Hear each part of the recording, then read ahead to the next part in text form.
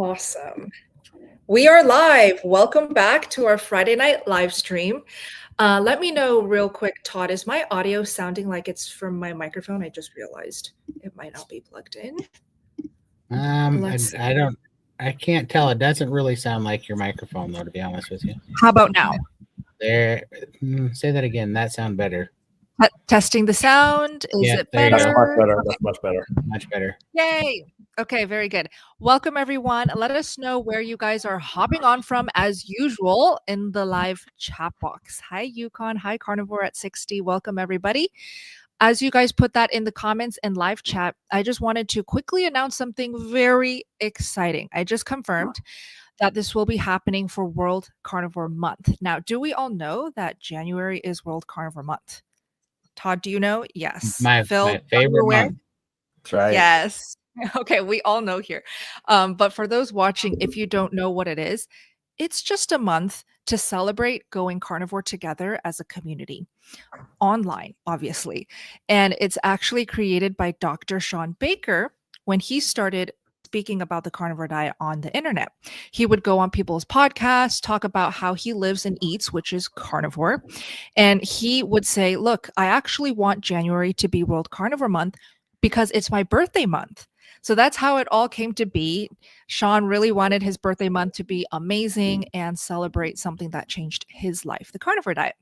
So to give back to everything that Dr. Baker has done for our community, I will actually be collaborating with him January World Carnivore Month and doing a 30-day carnivore challenge with Dr. Baker. So it's going to include a lot of meal plans, his recommendations, a weekly guides that he would like to film and give out to all of the challengers so that you guys stay on track. And it's going to have a lot of meetings, a lot of encouragement, and all of the people here in this live right now, Todd, Phil, Raymond, myself, we'll be working closely with the Carnivore Month challengers to make sure everybody is doing their best, especially new people who start carnivore diet for the first time. This challenge is mostly for you guys. And yeah, I just feel so honored that Dr. Baker will be collaborating and leading this challenge. So to join for World Carnivore Month Challenge, the link is in the description box. It's actually the first link right at the top, and it is only happening in January because only January is World Carnivore Month. So if you guys have questions about what it entails or what it's all about, oh, thank you for that.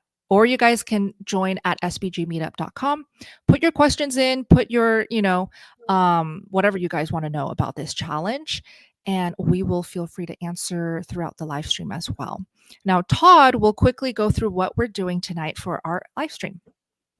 Yeah, absolutely. So tonight we're doing a giveaway again, and so we are going to spin the wheel tonight 4 times for 2 1-month free memberships to SBG and 2 $25 Amazon gift cards tonight. And so, as usual, you guys just go to each channel and hit the thumbs up and subscribe on the channels, and then we will give out a hashtag word that you have to comment into the chat, which is going to be, the first one is a hint. It's going to be hashtag ribeye, and that'll get you in the drawing, and then we will do those periodically through the stream. Also, if you would put your cues in front of your questions, we're doing a live Q&A, and so as always, the super chats take precedent, but we will answer your questions in the order that they come, and that goes for standard questions and super chats. So thank you, Todd. So this live stream is all about question and answer. So this is why we do these every single Friday night, is to just answer your guys' questions about carnivore lifestyle, carnivore living. I'm going to answer this question real quick. I just saw it from Dorothy. What does it cost for the challenge? So it is $30. $30 to be a part of the challenge and to get access to all the course material, all the guides, meal plans, meetings with Dr. Baker as well. He usually only visits us for his World Carnivore Month challenge, but this one specifically, he will be very involved in leading it with us. So that's what it costs. Dr. Phil, what are your thoughts on all of this? And what does community mean to you? Would love your thoughts. Well, to tell you the truth, I was a little skeptical about the value of community. When I first went carnivore, I was 90 days in, realized I was under eating, and I joined SVG a little over a year ago, and it totally changed my life. And I committed it to 120 days, and that was a year ago, and still around. And I find that when we're doing something unique and kind of swimming upstream from the rest of the world, it's very helpful to have people to help find your way to navigate through and to help others. And I think you'll find that the four of us are very committed to helping other people, as all the coaches and moderators in the SBG.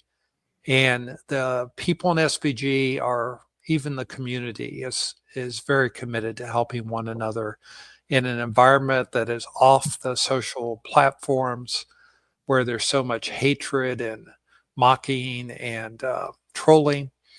And it's really fun to be part of a very intelligent community that's doing everything to improve their personal health.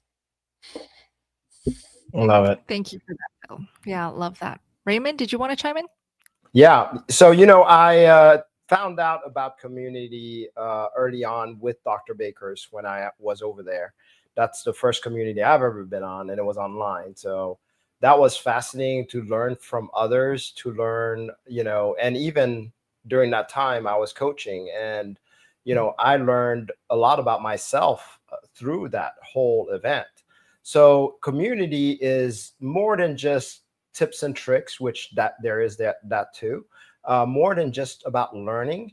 It's about kind of like you watch others and you're like, wow, if they can do this, I can too, kind of attitude. And to me, that's one of the great things about community. It gives you that strength that if you have other people that you know fairly well, because I don't know anybody in my life that I haven't turned carnivore personally, that's carnivore. So at least back then. So it was so neat to have this parallel, watching others go through the same exact journey as me. And that is empowering. So as great as information is and all that, but there is some kind of magic about community and a humanity about reaching out to one another. Absolutely. Yeah. Lindy brought me into SBG, and I was like, I don't need no stinking community. Some sissy stuff if I ever heard of it. SBG gang, their logo's pink, for crying out loud. Right. That's what I was thinking. And yeah, it was actually the first meeting that I came to. It was an NSV meeting. That's what Lindy brought me into. And I joined an NSV meeting, and it was actually just the first meeting. I was like, I've been an idiot, because I was watching the chat and I was watching everybody talk and all these things that I was wondering if I was crazy for putting these things together, fats causing me problems, wondering, having just all these problems that I've been having for 9 months. Everybody else is having them, but they all had answers to them, and they're all working through things. And it only took one meeting, and I was like, yeah, I've been being stupid. Of course, this is like, crowdsourcing information with people that don't have an agenda. They're not here to sell me anything. They're all here for the same reason that I am, because we have health problems and we're sick, and the food's making us sick. And there's a whole group of people that are, committed to finding a way for like the best motivational reasons, to live and to feel better, not for any other nonsense. And so I realized how dumb I was being, because anywhere else that makes sense, but I don't know why in my head it seemed to be like some weak thing before. But yeah, now, especially, fast forward, what has it been? Fast forward 14, 15 months now in the SBG, and have trying to help people outside that contact me through my Instagram and stuff. It's almost impossible to help them when they're not in a community, because I can talk to them for an hour or two a week, but then they have to go out in the world and they don't have a community of examples of other people where this is normalized. And so they go out there and everybody tells them that this is not normal, and they believe them. I can't, fix that for them in an hour or two a week. So the community is so handy. And I really do think that it is a giant part of my success. And I think it's got to be for everybody. If you don't surround yourself by people that are being successful and have examples of what this is changing, how life changing it is, it gets really tough. Yeah, I think the bottom line is when you don't have proof for yourself, you need other people's proof. Yes. And that helps tremendously to see success stories and see challenges and watch people overcome. And it's been amazing watching people. I joined in end of October of last year, and to see people that started the same time I did and to see the change in them, the change in their face, the change in their activity, their constitution. It's been pretty incredible. And I just kind of laugh to myself when I see new people join every month. And after day one, it's like, well, I don't know if this is the thing to do. And it's like when you're in a group and you see people that have been around doing this for months to years, maybe you can just hang in there a little longer and wait for it to happen for you too. Is it me? Have you guys heard that saying, like, if you want to be a millionaire, hang out with a bunch of millionaires? Yeah. I mean, it's kind of the same concept. We want to be good carnivores. We want to be, because we know that's where the style is. We hang out with carnivores. It just makes sense, right? In anything in life, really. We want to be successful at it. We're going to hang out with those people who are like-minded. Yeah. Absolutely. And the opposite of that, Raymond, is true too. I mean, when your kid comes home and says a new 4-letter word, the first thing you do is say who you've been hanging with. Right. And hopefully they say it's not you, Dad. but it's important who we hang out with. And you're absolutely right. When you hang around winners, you tend to win. Right. Love that. For sure. Well, I'm honestly just excited to meet all of the new faces, see everybody returning, and most of all, continue working closely with Todd, Phil, Raymond here. Todd, I seriously am so impressed by how you have progressed with your own carnivore journey, because when you first came into SBG, you were just a member, but now you are leading your own meetings. You are inspiring other men as well. So just to see the journey that a lot of our team members walk, because they mostly all do start as members, Dr. Phil included here, is just really inspiring. So that's one of my favorite things to witness, is just our members blossoming, becoming their full potential. So the link is in the live chat, also in the description.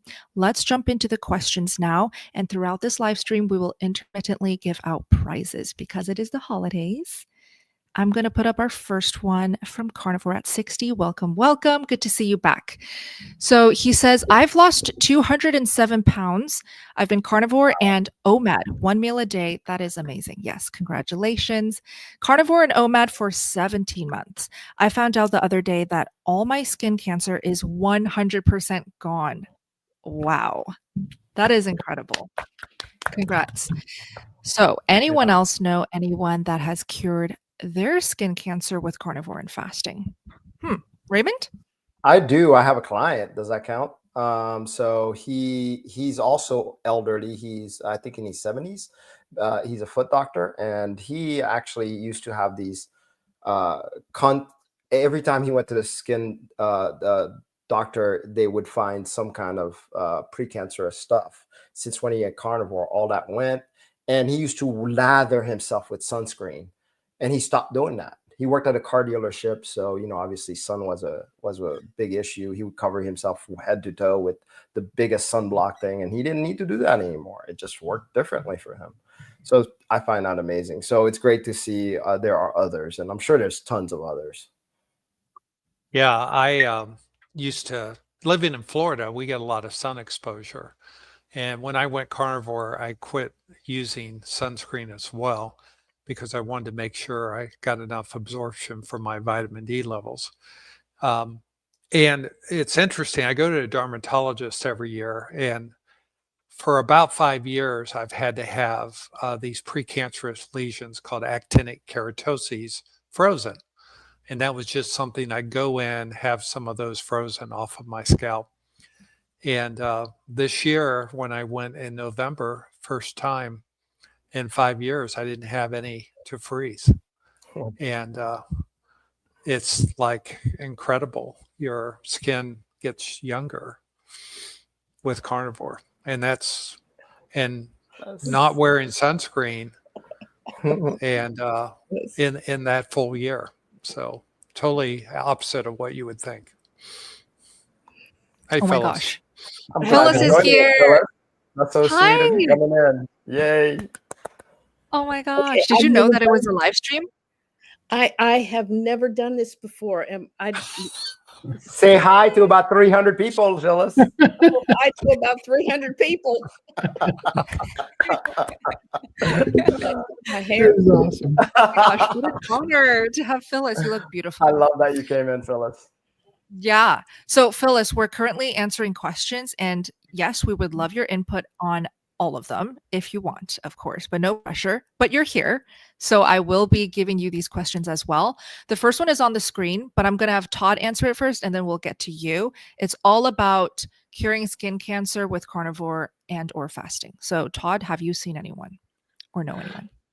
I haven't personally seen anybody, but I have, I've seen such, to me, it just makes sense that would happen because I've seen such changes in my personal skin and my brother's skin. We both used to burn just immediately, and now we don't. And I used to have that, I think you call it plaque psoriasis crap all over my forehead and around my nose, and on my ears. I used to have skin that was drying out and just falling off all the time. And since carnivore, it took about 7 months, and then my skin started to heal. And since my skin healed up, I don't even burn anymore. I tan. It's the craziest thing. Yeah. So I don't know what causes skin cancer. That's not my thing, but it sure feels to me like my skin's so much healthier, and it feels like this skin would be a lot less likely to have skin cancer than the skin that I had my entire life before carnivore. I love that you brought up the part where you don't burn anymore, because for a lot of people who don't know about this really cool benefit, when you cut out the seed oils and you go carnivore, a lot of us actually report back, and I thought I was the only one, but I've learned that a lot in the community actually do report saying, yes, I agree. I can confirm as well that I don't burn anymore in the sun. And this is without sunblock, without SPF or sunscreen. Okay. So people now can go carnivore, eat only meat, cut out the seed oils, and their skin is more resilient to the sunlight, which is actually how our skin is supposed to be. We should not be burning under sunlight. We should be able to absorb that vitamin D, that sunlight, and turn into vitamin D, which is a hormone, by the way, in our body, because our diet is supporting this process. And yeah, I can confirm that I felt that benefit as well. Phyllis, do you know anyone that has helped their skin condition or maybe even cured skin cancer? I don't know anybody who's cured skin cancer. I know my own skin has gotten better. Okay, I'm not out in the sun getting burned, but even if I burn myself with taking stuff out of the oven, it doesn't blister. It's like it hurts for a second and it's the next day it's gone. So it heals quickly. I have very, very dry skin that it would crack and bleed. My hands would, and it doesn't happen anymore. Oh, wow. Yep. My rheumatologist is very excited when he looks at my hands because they're actually soft, where before they were cracking and bleeding. So that says a lot. Definitely makes a difference. And I know that keto helps with cancer. I can't imagine that going one step further by going carnivore is not going to help. So agreed. Yeah, For it's so sure. exciting because there's more and more research and studies being done on a ketogenic diet and a carnivore diet. And I think I just saw a video on Dr. Barry's channel where he talked about like some recent research supporting that a ketogenic diet helps cure cancer, or at least helps with cancer. So that's very exciting. For everybody in this live stream or watching the playback, I would love to know if you have seen a resilience to sunlight after going carnivore. So, do you currently still burn under sunlight? Or have you seen that your skin may be improved a little bit when exposed to sunlight? Let's all share our experiences in the comments. All righty. Oh, hello, Jeffrey. Welcome. Thank you so much. Jeffrey Cox says, Dr. Phil, 3 months carnivore, started with a 20-day water fast. Recent ultrasound showed fatty liver still, DM2 HTN OSA, and arthritic pain gone. I'm just surprised that liver still showing streaks. Any thoughts? Yeah. So congratulations. Type 2 diabetes, hypertension, obstructive sleep apnea, all gone, and arthritis gone. Wow. That's incredible healing. Now, when you're diabetic and you have fatty liver, some of that insulin and the glycogen actually crystallizes in your liver, and it can take months to clear out. But the liver has an incredible ability to heal. And you've done some incredible healing in 3 months. And it'll be incredible. I think it'll be really nice to hear, Jeffrey, how you've done here a year from now and after 1 year on carnivore. So just stay persistent. You'll continue to get healing. It's variable for everyone. It really depends how long you were diabetic, how long you had sleep apnea, how long was your body bombarded with these illnesses that have now resolved and they're in your past. And just stay carnivore. And I would follow up in a year, and hopefully you'll see improvement and get your liver test done in a year, and a good chance that they'll be normalized by then. And I wouldn't worry too much about any minor streaks that might be there right now, because it's probably already healing. It's just not detectable by ultrasound. He says he's a 55-year sugar addict. Yeah, you've earned. Miracle that's that quick. Yeah, Jeffrey, can you believe changing 55 years in just 3 months? 3 That's months. Incredible. That's pretty incredible. Very hopeful. That's awesome.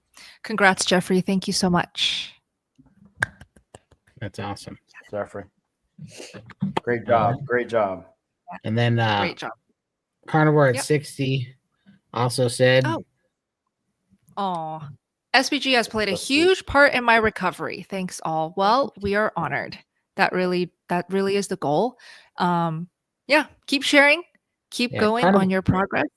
Yeah. Carnivore at 60 has an awesome YouTube channel you guys should go check out too, for sure. Oh yeah. Hey, that's awesome. Is that his channel name, Carnivore at 60? Yep. Perfect. All right, guys, let's all go support our fellow carnivore community members. He has a channel, Carnivore at 60. Go and subscribe. Perfect. That's awesome. All right, Mrs. Hooligan. Can recurring cysts possibly be a sign of oxalate dumping? Anyone want to take this one first? Yeah, I'll take it again. Sure. Cysts are probably not due to oxalate. They're almost always due to inflammation. There is some association with iodine deficiency as well. And you might want to look at Dr. Brownstein's book on that, on iodine. But if you're talking about fairly good sized cysts, that's probably not oxalate in and of itself, in my opinion. I don't know that I've ever had a cyst, so I don't. I have no idea, to be honest with you. Yeah. Well, there's lots of different types of cysts, and I assume she's talking about probably sebaceous cyst or cyst that occur right under the skin. Okay. Well, she says thank you. Hopefully that was helpful. Oh, let me put Cranky Carnivore Cutler's comment here. I had a cyst on my face that cleared up months before experiencing oxalate dumping. So that one goes to show it could have nothing to do with oxalate dumping, but it will clear up. Looks hopeful. Awesome. Let's keep going. All right. Lily. Hi, Lily. I've been at carnivore for 2 weeks today. Congrats. That's awesome. I've been seeing so many things saying carnivore is really bad for you. I really don't know what to do. I want to lose weight, but not tank my health. See, that's just so discouraging when people come either in my messages, emails, or in our meetings and saying, oh my gosh, I'm having second thoughts about carnivore because so-and-so told me about this latest study that red meat kills you or red meat's bad for you, right? It's hard to cancel out the noise when this noise is coming from your family, friends, and inner circle, like real life people. So let's go around the table. Let's share how we dealt with these things. Share any stories, guys, or what helped you get through those initial, things thrown at your way. So Raymond, you want to start? Yeah, I had such a bad experience at first, because I'm one of those inquisitive types. I wanted to hear all the opinions, and I had a lot of coworkers that I talked to, and all of them had a story about how carnivore was bad. Even some people that they knew or they heard of, all of that kind of stuff. And and I talked to my doctor and my nurses, and it's the same story. And I think I might have seen a post on that, and they were like, the only way to find out is just to try it. And when I did, it's like you can't unknow that. It's almost like everybody could lie to you, and you actually do the process, and you're like, wait a minute,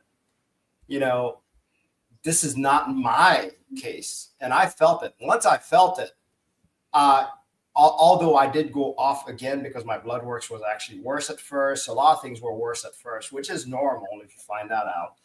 And then because I didn't have information or a community to swing this by. So I learned that, afterwards that, hey, this wasn't in my mind. The problem is when you start feeling good, you just know it. And you're like, it's hard to explain to other people but I'm feeling a lot better, doc.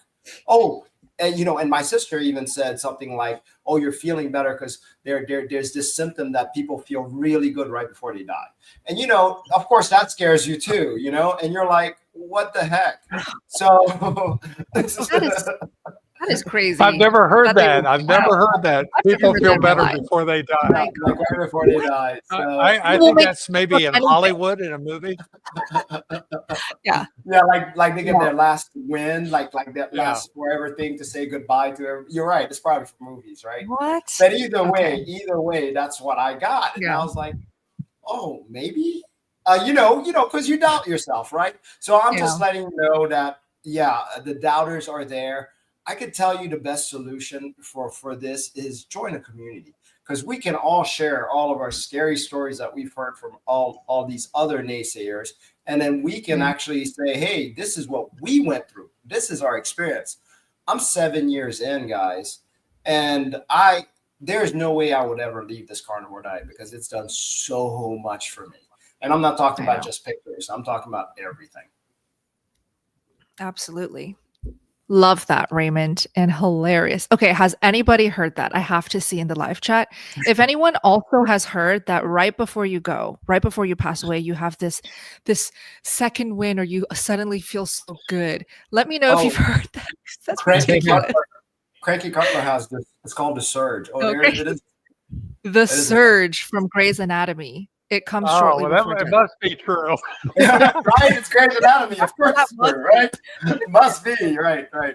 Why is it that a Grey's Anatomy episode carries long enough that many people have told Raymond about it, but carnivore couldn't possibly be right with all the anecdotal evidence because it didn't come, I mean, that's what's so crazy about it, That is. Yeah, Mhm, you mhm, know, mhm. I have shepherded so many people through death, and as a physician, and Ah, I mhm. I I've just never seen that. I I mean, there's people that are joyful that they're going to end their suffering, but it's not like they get a surge of energy. And I Yeah. mean, when people are ready to go, you can tell it, and I can usually tell it within 48 hours. And there's no Wow. surge involved. It's you pretty much can see that. So I don't know. So you know, it's hard to see testimony like we just heard from Jeffrey. 3 months, and Right. his type 2 diabetes, his hypertension, his arthritis, his obstructive sleep apnea have all resolved in 3 months as a carnivore. And Okay. you know, what joy to Yeah. see that. And we see this over and over Absolutely. again. I resolved metabolic syndrome in 4 months. And it's just um I understand. I've had friends that have said, "Oh, I want to do carnivore," and they quit after 2 days, and they'll tell me, "Oh, I someone told me that eating animal fat's going to kill me, so I Yeah. quit." I hear that all the time. And Yep. and it doesn't surprise me at all. And it's the good thing about having people that say that is they usually unload a bunch of free meat and to Hmm. me and say, I'm not Nice. going to eat this. So do you want it? And just the other day, I was at a party and somebody gave me like 10 pounds of pork belly and, Oh, wow. and she said, "Oh, my husband and we didn't like it." And my wife, who's not carnivore, said, "Well, obviously you didn't prepare it right because when Phil makes it, it's excellent." This isn't Oh, a carrot. And I just laughed. But it's so true. I just feel bad for people that fall prey to the negative thinking of other people. The fear. yeah. But you Well, if see, it as works, lasts 30 go years, ahead. I'm good, right? Yeah. That's the way we should look at it. So, anyways, sorry. Go on. Let Todd share his thoughts and then Phyllis, and then I'll quickly share my thoughts. I see a lot of questions coming in. Okay, let's go. Yeah. Todd, go Yeah, first. I mean, just the short of it is, at first, I didn't care what anybody thought because I was literally dying. So I really didn't care what anybody Yeah. said or thought because I was trying to live. And then later down the road, you know, just the comparison of what I had personally healed up, how much better I felt. The fact that, I used to go to bed hoping I wouldn't wake up in the morning because it was just sickening, to now not, now death is the furthest worry or thought from my mind because I feel so good. And the fact that I watched my dad follow the rules and try to eat, vegetables and salads and a low fat diet to heal his diabetes, and it killed him. And the fact that, it's clear to me that there's something wrong with the way that we treat disease. And I it didn't matter. It didn't matter to me when people were telling me I was doing it wrong because I seen what was supposed to be right, and it just caused dad and my brother Ty to both die young and in pain. So at this point I'd lost all faith in it, so I didn't really care.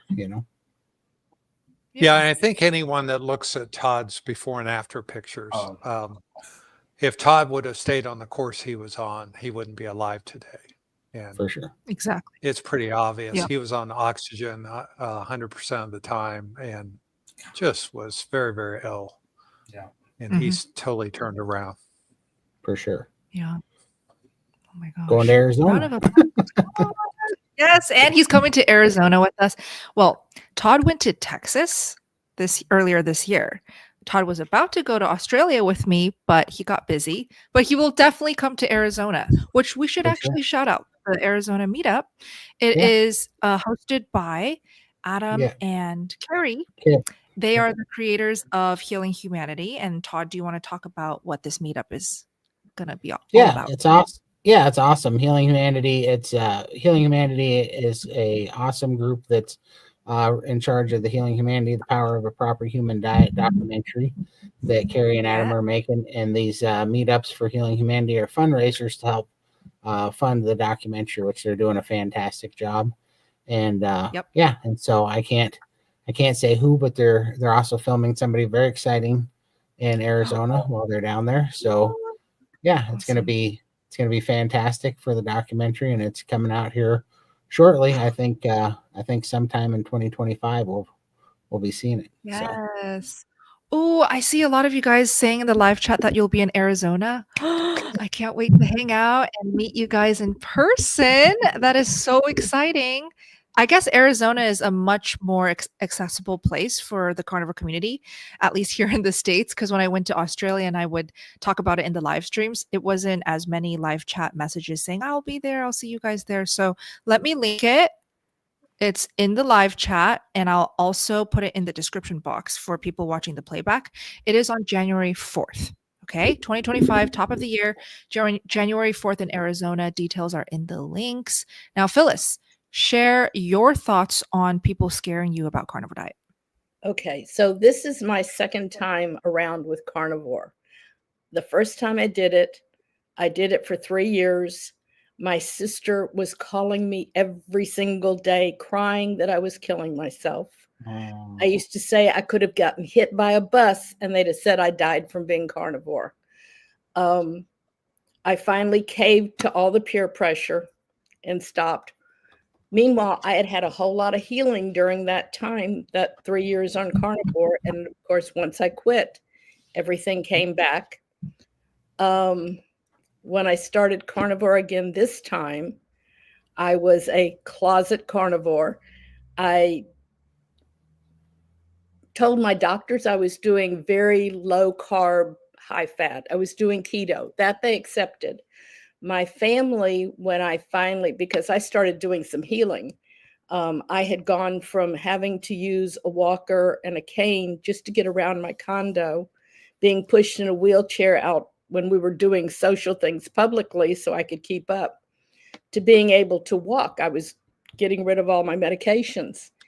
And so I told my family that I was doing carnivore under the care of 3 of my doctors, that they all knew about it. And as long as my doctors knew and were supervising and seeing me all the time, my family stepped back. Now, my doctors didn't know I was doing carnivore. They were just watching the medication going down and me improving and wondering what was happening. When I finally did tell the doctors, when they were saying, oh, look, you're doing so good, it must be this or this, I said, nope. And I told them I was doing carnivore. They're just amazed. They just keep documenting and working together with each other and asking me questions all the time. The main thing to remember when your family and friends are coming at you, they're doing it out of love. It may not be the kind of love that you need, but in their mind, that's what they're doing. So, yeah, I mean, even if they were to still come at me at this point in my life, I wouldn't stray from carnivore, because I am totally mobile without assistance, no pain without pain medication. I went from 27 pills to now I take 4 pills a day. And one of them is a vitamin D, so I don't even count that for real. But so, yeah, I'm sorry, I kind of went off a little bit, but No. yeah. Just let them think, tell a little white lie. White lies are good. Let them know tell them your doctors know, even if they don't. And your doctors don't have to know everything. You're not working for them. They're working for you. So I love that. Some tough love from Phyllis tonight. What an honor. That's what happens when you surprise me.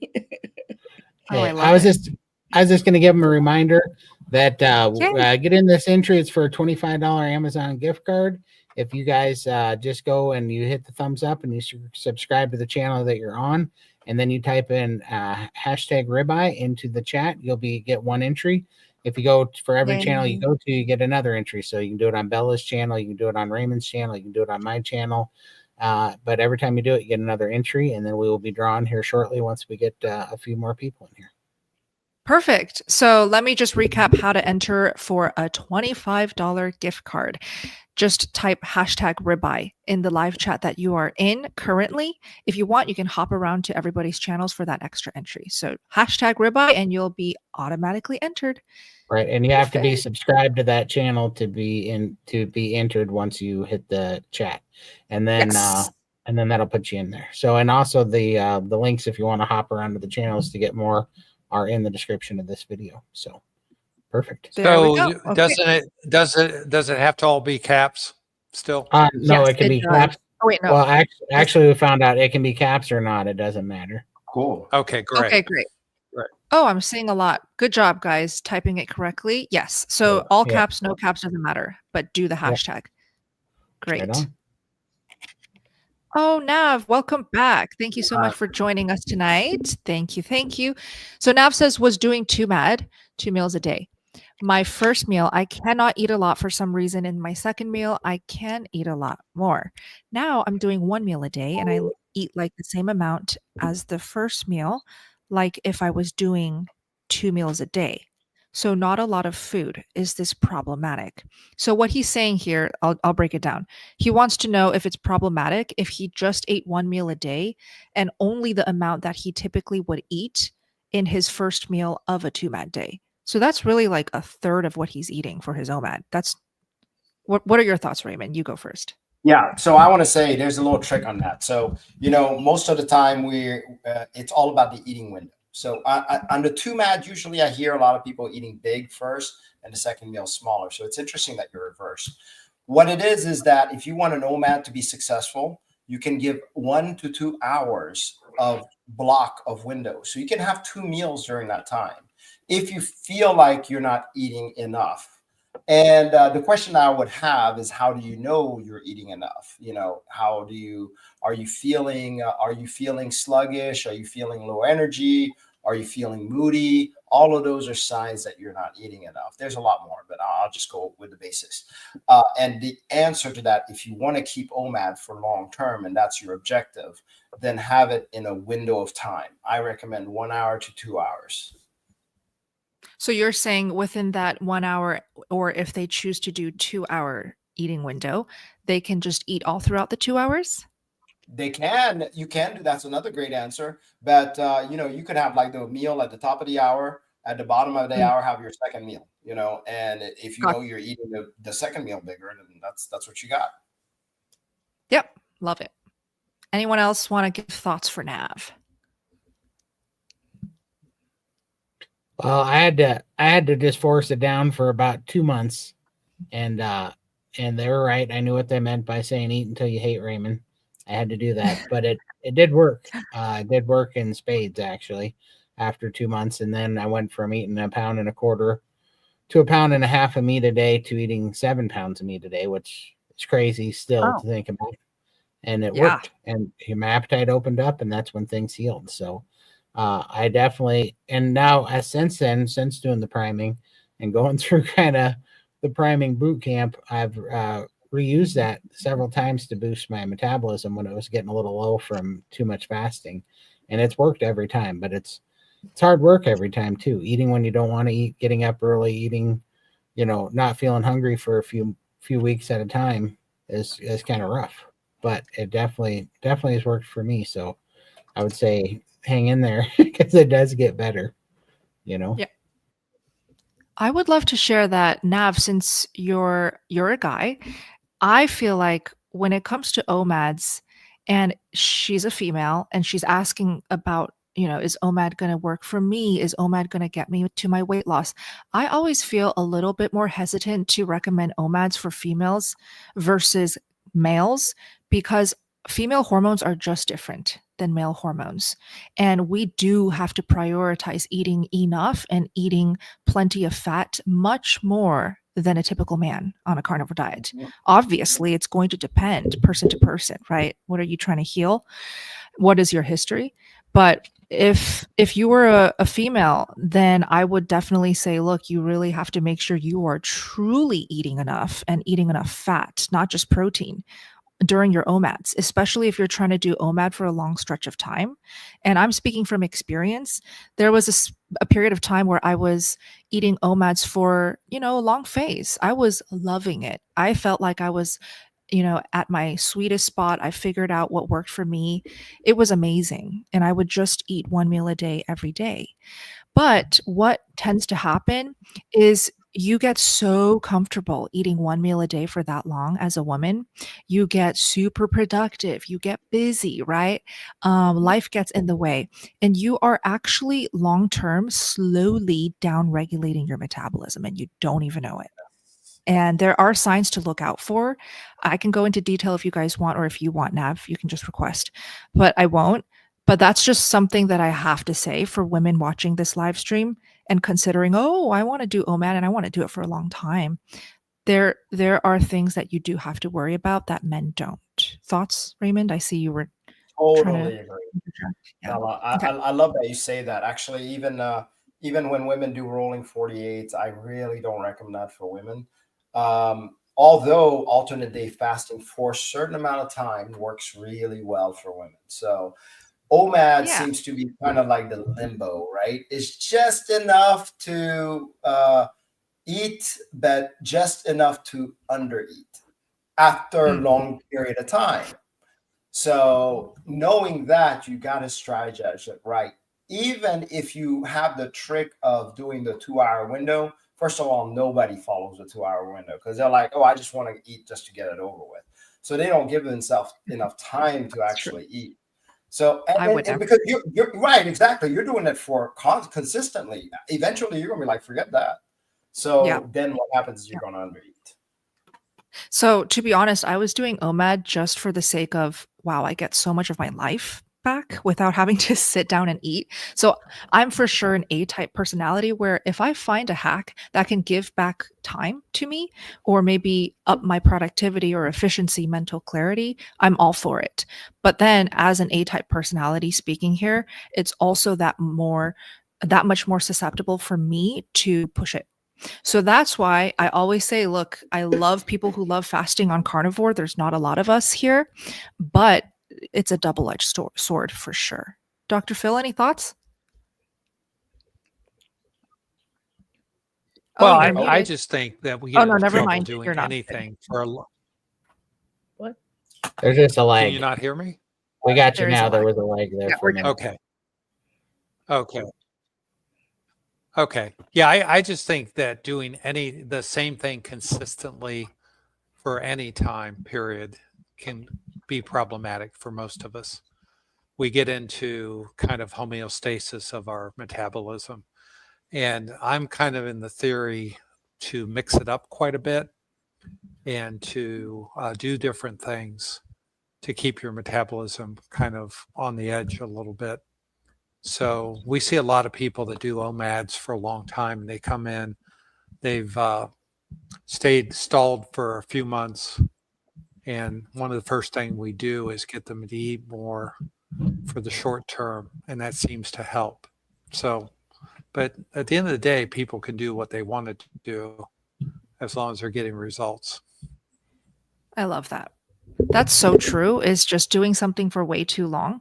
There is the whole logic and truth to keep your body guessing. Like, don't get to a spot where your body knows exactly what you're about to do. You do it every single day. And I'm specifically talking about your fasting schedule, your approach with intermittent fasting. With carnivore, you can be carnivore every single day. Don't get me wrong. I'm not saying that you have to keep it up, switch it up by doing animal-based a couple days of the week or keto or add in plants. Not at all. I'm specifically talking about eating window and intermittent fasting. But we'll wrap it up for Nav on that. Yeah. Thank you, Phil. And let's keep going. Jimmy Joe, thank you so much. New member here. Welcome to the community. Welcome. 61. Yeah. Awesome. 61 years old. I have a pig valve due to a birth defect. What is a pig valve?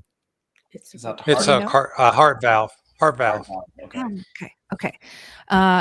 Due to a birth defect, paleo worked after my heart surgery, but lately doctors have been trying to put me on statins. Okay, I'm guessing his question is then, what are our thoughts on statins and if he should take the statins? Phil, you should take this first. Yeah, it really depends on what you're trying to achieve with statins. If you have a cardiovascular diagnosis where statins have been effective, that's certainly may be beneficial for you. It has to be looked at individually, but many people are taking statins for just their LDL cholesterol. And there's a lot of evidence that you don't need to take it just because your LDL cholesterol is high. So you really need to look at your risk factors individually. Recently, I went on a statin for 2 years because I have a lesion in the bifurcation of an artery that they can't do anything about. And I'm doing a 2-year N of 1 experiment to take advantage of the statin for what we call the pleiotropic effects. And Raymond and Bella and I did an review recently that should explain what you think. It may be helpful to you. Yes. And that interview will be posted on my channel very soon. Awesome. Let's keep going. Nikki, good to see you. She's in SBG and in the Butter Club too. Nikki says, hi guys, how can we clear out seed oils faster? That's interesting. So like, is there a way to detox and push it out of our bodies faster? Do you have ideas? Yeah, I mean, it's crowding it out. Eat more fat. I mean, animal fat. Oh, eating more fat? Yeah. Mm-hmm. You know, I've actually heard you talk multiple times in meetings about detox protocols using charcoal. Do you want to talk about that as maybe an option? And if you don't think it's recommended, say that as well. No, it's not recommended for getting fats out. That's more, any toxins, any acute toxins out. And I do like using that for that modality, but Dr. Phil would be best for that. So on that idea. Well, it's interesting because we see that things like I had a folliculitis that I had treated for years, and I had to take doxycycline 1 month out of every 3 for a folliculitis of my scalp. And as soon as I went carnivore, that included eliminating seed oils, that went away immediately. And we see people with a lot of dermatologic conditions that improve in 2 weeks to 3 months. So I think your body will naturally clear it out if you're eating animal fats and just avoiding the seed oils. So I think you really hit on the right answer, is eat more animal fat, because the body will process fat that you feed it and remove through autophagy what's in you and as you detox. So I just think you need to give yourself what we in medicine call tincture of time, and make sure you just don't consume any seed oils so that your body will take the preferential animal fats and utilize them in your metabolism. Oh, I love that. Yeah, for me, I think I cleared the seed oils out pretty quick just by eating a ton. Like I was just metabolizing all of my 5 pounds of meat that I was eating every day and the sticks of butter that I was eating every day. So this is not saying that you need to eat nearly as much as me, because I understand that I'm probably 1 out of 1,000 when it comes to somebody who eats this much or who needs that much food when they were healing. But Nikki, I know your journey. You're doing amazingly. I would just up the fats, really up the fats. Yeah. Butter. Instead of eating the seed oils, stop. And one step further, start eating the animal fats, the right types of fats. Okay. Hopefully that was helpful. This is just kind of a spin-off of... go ahead. No, go ahead, Todd. Oh, no, I was just going to say this was a spin-off of this conversation here. Oh, Mia. Yes, the Butter Club. I should explain. So the Butter Club was created specifically for our carnivore teenagers. young adults. So I cap it off for up to age 35. And this is not to exclude everyone. Please don't see it that way. Just some context. When we do meetings in SBG, Steak and Butter Gang, we have a lot of families who come in. Okay. And they're saying things like, oh, I just wish, Bella, like you did more videos or you did meetings specifically for teenagers and young adults. So that's exactly why I created Butter Club, is to create a safe place and that exciting community for our future generation, really, to make sure that they are up to par, they get the support that they need. And another example, I met this wonderful carnivore family, John Ray and her husband, when we moved to Las Vegas. We had a wonderful lunch with them in person, and she has 8 kids. 8 kids, okay, that she homeschools. And I met one of her sons, and he is thriving, coming to the Butter Club meetings, being able to hang out with fellow teens and young adults. So really that's the vibe that the Butter Club is all about, just fostering a nice community for those members of our community. Yeah. So I'll just put the link in the live chat. It is free, and you just have to be under 35. Don't take it the wrong way. If you're above 35, that's what the Steak and Butter Gang is for. Okay? Great. Awesome. All right. Jimmy Joe, also, how do you all feel about butter coffee? I never say y'all because I feel like I don't deserve to say that. It feels so foreign in my mouth. You all. Y'all. I got to bring you a hat, and then you'll be fine. There it is. You're right. So yeah, how do you guys feel about butter coffee? Let's start with Todd. I don't drink coffee. I think the butter's fine though. But no, Right. honestly, I did I haven't had anything but water in 23 months, and I am much better off for it. There's just so many things that healed up by not having the caffeine. My sleep pattern got a lot better. My energy in the morning got a lot better. My stomach digestion and gut microbiome got a lot better, and my hunger opened up. So with that in mind, I don't do any of the coffee, but I know that some people do, and I know that that's controversial. But for me, I'm just really happy with the results where I'm at, so I don't mess with it, to be honest with you. Good for you. Yeah, that's great. Raymond, what are your thoughts on it? Well, you know my thoughts about coffee already, but besides that, the butter coffee, I would even put that, if you're insistent on it, to do it as a dessert. But the butter can be an issue because it can be rendered in that coffee because it's very hot. So that does affect some people. So just be aware of that. So the rest is your own experiment. Yeah. I gave up coffee a long time ago, but it was really affecting my cortisol. Again, coffee is something that actually affects some people differently. So yeah, be aware of that too. What I would say, if you're just starting out the carnivore diet, try it as a dessert, and then later on see if it helps you or hinders you. And some people have even quit coffee altogether because they've done it as a dessert. Yeah. Yeah. Anyone else want to share their thoughts? Phyllis, do you do butter coffee? Phyllis. I love butter coffee. Okay. There we go. Yes. Good. Why? I drink it after my meal. Okay. Right. And it's not most of the time it's either decaf or half calf. I don't use the full caffeine thing. But yes, but build up to it slowly, because otherwise not only may you not be able to leave the house, you may not be able to leave the bathroom. Okay. Good point. Just Great point. Everybody takes their phone in there now. Just plan on living in there till you get adapted. But yes, I love it.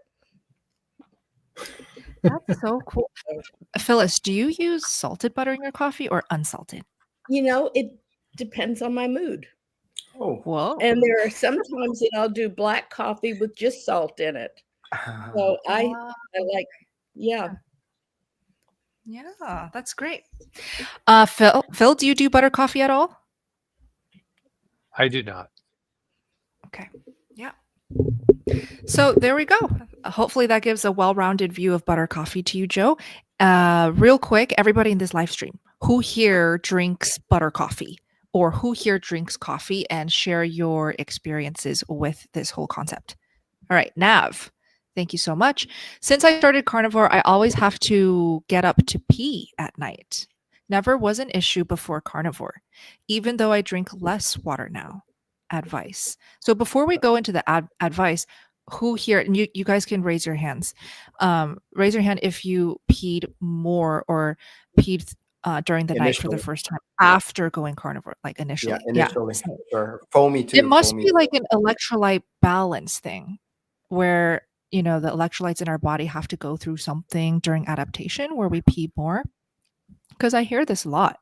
It could just be an adaptation. But Raymond, how did you deal with it when you peed a lot? I didn't. I just let it go through. I mean, it just started getting mine was actually foamy urine at that right after. So oxalate and then dumping. Yeah, whatever it was, but it was very foamy. And then eventually it just, and at night, the weird thing is, right, at night, during the day it wasn't foamy. At night it was. So I have no idea. Just at the time, just, it didn't bother me. I was like, I just got up and peed and went back to bed. So I was just so glad that I could sleep a lot better, So even that waking me up was no big deal because I just could never get myself to sleep. I was wired, tired kind of person. Mm-hmm. How about you, Todd? Yeah, I pee like clockwork every morning at about 3:15.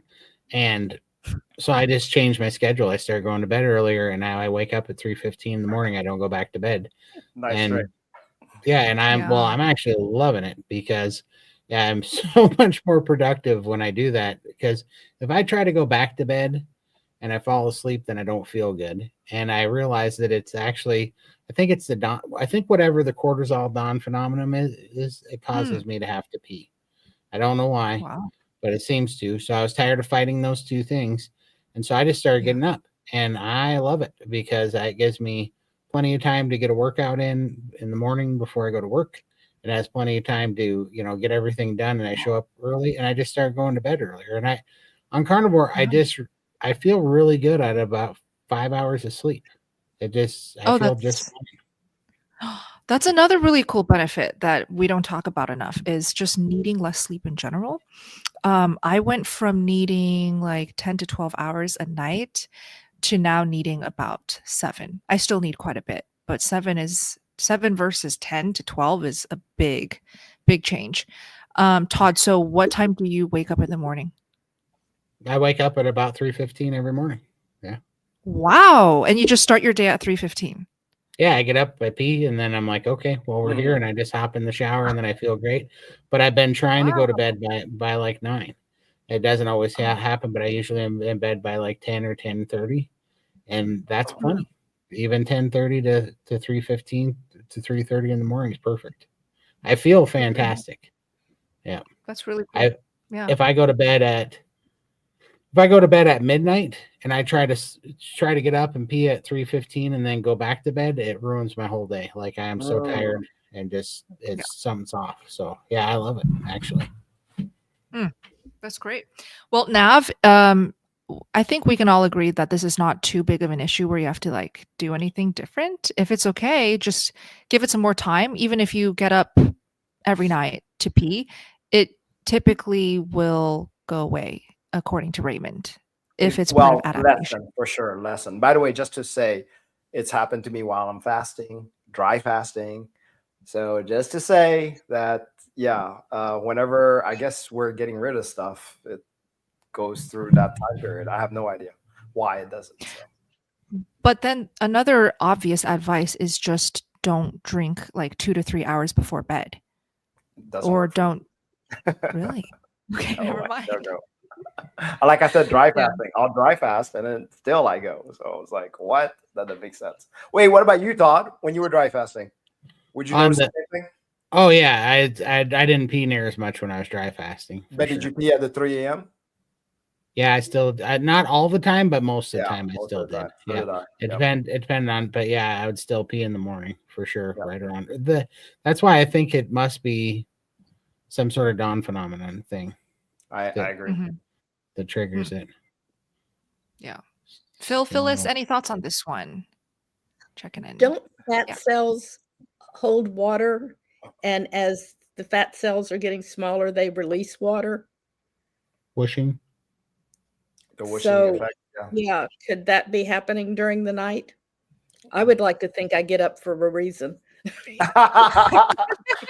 Like, I "Ooh, guess fat it loss." happens to you too. Yeah, that's right. Fat loss. Just think it's fat loss. There you go. I love Hey, it. that's I very know possible it for has now. gotten less. It's gotten I'm less. gonna use that. Yeah. So, Yeah.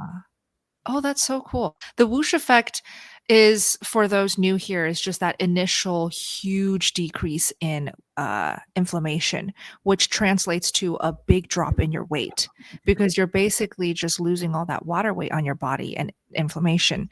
And so it has to come out somewhere, right? So you're peeing a lot because it just has to come out. So that's another possibility. Good point, Phyllis. Thank you. Love Sure. All right. Let's keep going. And Melanie's it. here. Oh my Pop gosh. that. Hi, Melanie. And then just pop this. Yay. Yes, join us Oh, soon. hi. Long time no see for missed sure. you. Did you know? I'm pretty sure Melanie's coming on the cruise. You can confirm. Dr. Wiedemann's Carb Sober Cruise is what it's called. I will be on that cruise with Steak and Butter Guy, my husband. So I'm very much looking forward to vacationing with Dr. Wiedemann, Fred Hahn, one of her guests, and of course, everybody who's going to be there. We can all get some sunlight, eat lots of meat together, and enjoy the cruise. So it is linked in the description box, by the way, if you guys want to hop on this cruise with us. That's awesome. Good to see you, Melanie. Yeah. All right. Let's see. Should we do a quick Ooh, let's do it. $25 gift card? All right. Yes, giveaway time. There we go. Right. Drum roll. Bum, bum, bum. I hope we don't win. I accidentally commented to make sure that I was correct. There we go. Groovy Yay. Lisa. Oh my gosh. Groovy Lisa. If you're here to redeem your prize, all you have to do is screenshot so that we know it's from you, right, Todd? Screenshot Yep. her screen. Yeah. Yep. Screen. And Yeah, from then, inside the YouTube app or your YouTube profile. Yep. okay, take that screenshot and just email that screenshot to sbgchallenge@gmail.com. I'll type it in the live chat for all the winners in this live. Email that screenshot and you will be able to claim your prize from tonight. Emails That's in the awesome. chat.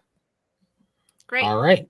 Next drawing is going to be for a membership to SBG Gang, a 1 month free membership, and we're going to do hashtag ribeye again. So go ahead and Keep like all the channels. Yep, keep it simple. Do hashtag ribeye, and we'll be drawing that here shortly. All right. And then let's see. I want to make sure I didn't miss any supers. All right. Awesome. Lily, I've been carnivore. Let me see. Did we do this? Yes, we did. We did this one. We did that one. Mm-hmm. There we go. Kenton, welcome, Kenton. Will these Friday live streams be available on SBG playbacks later? Yes, absolutely. And I'll just tell you guys real quick how to watch these playbacks.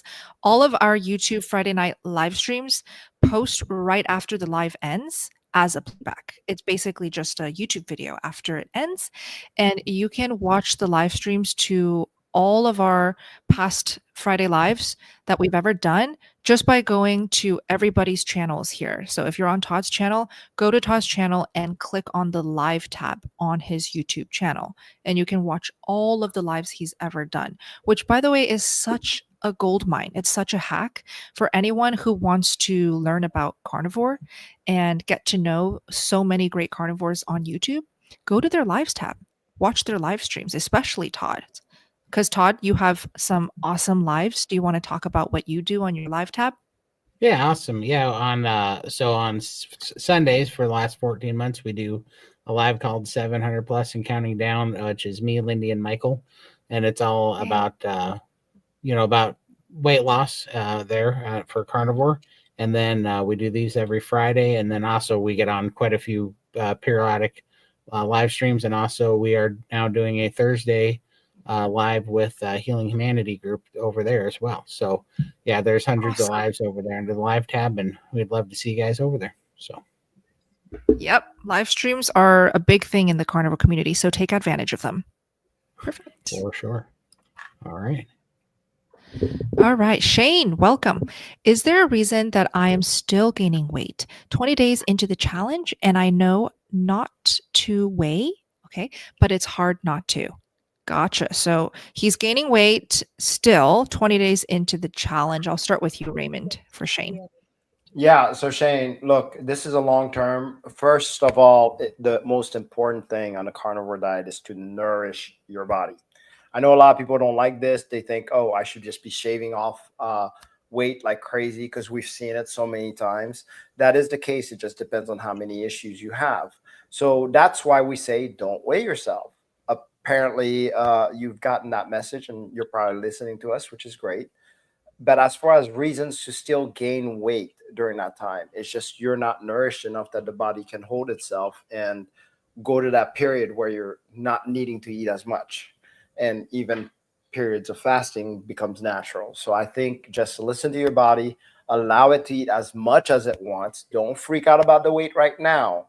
Later on, when your body doesn't want to eat as much, you'll see the composition change. The other thing I want to say is make sure you take a look at your composition change.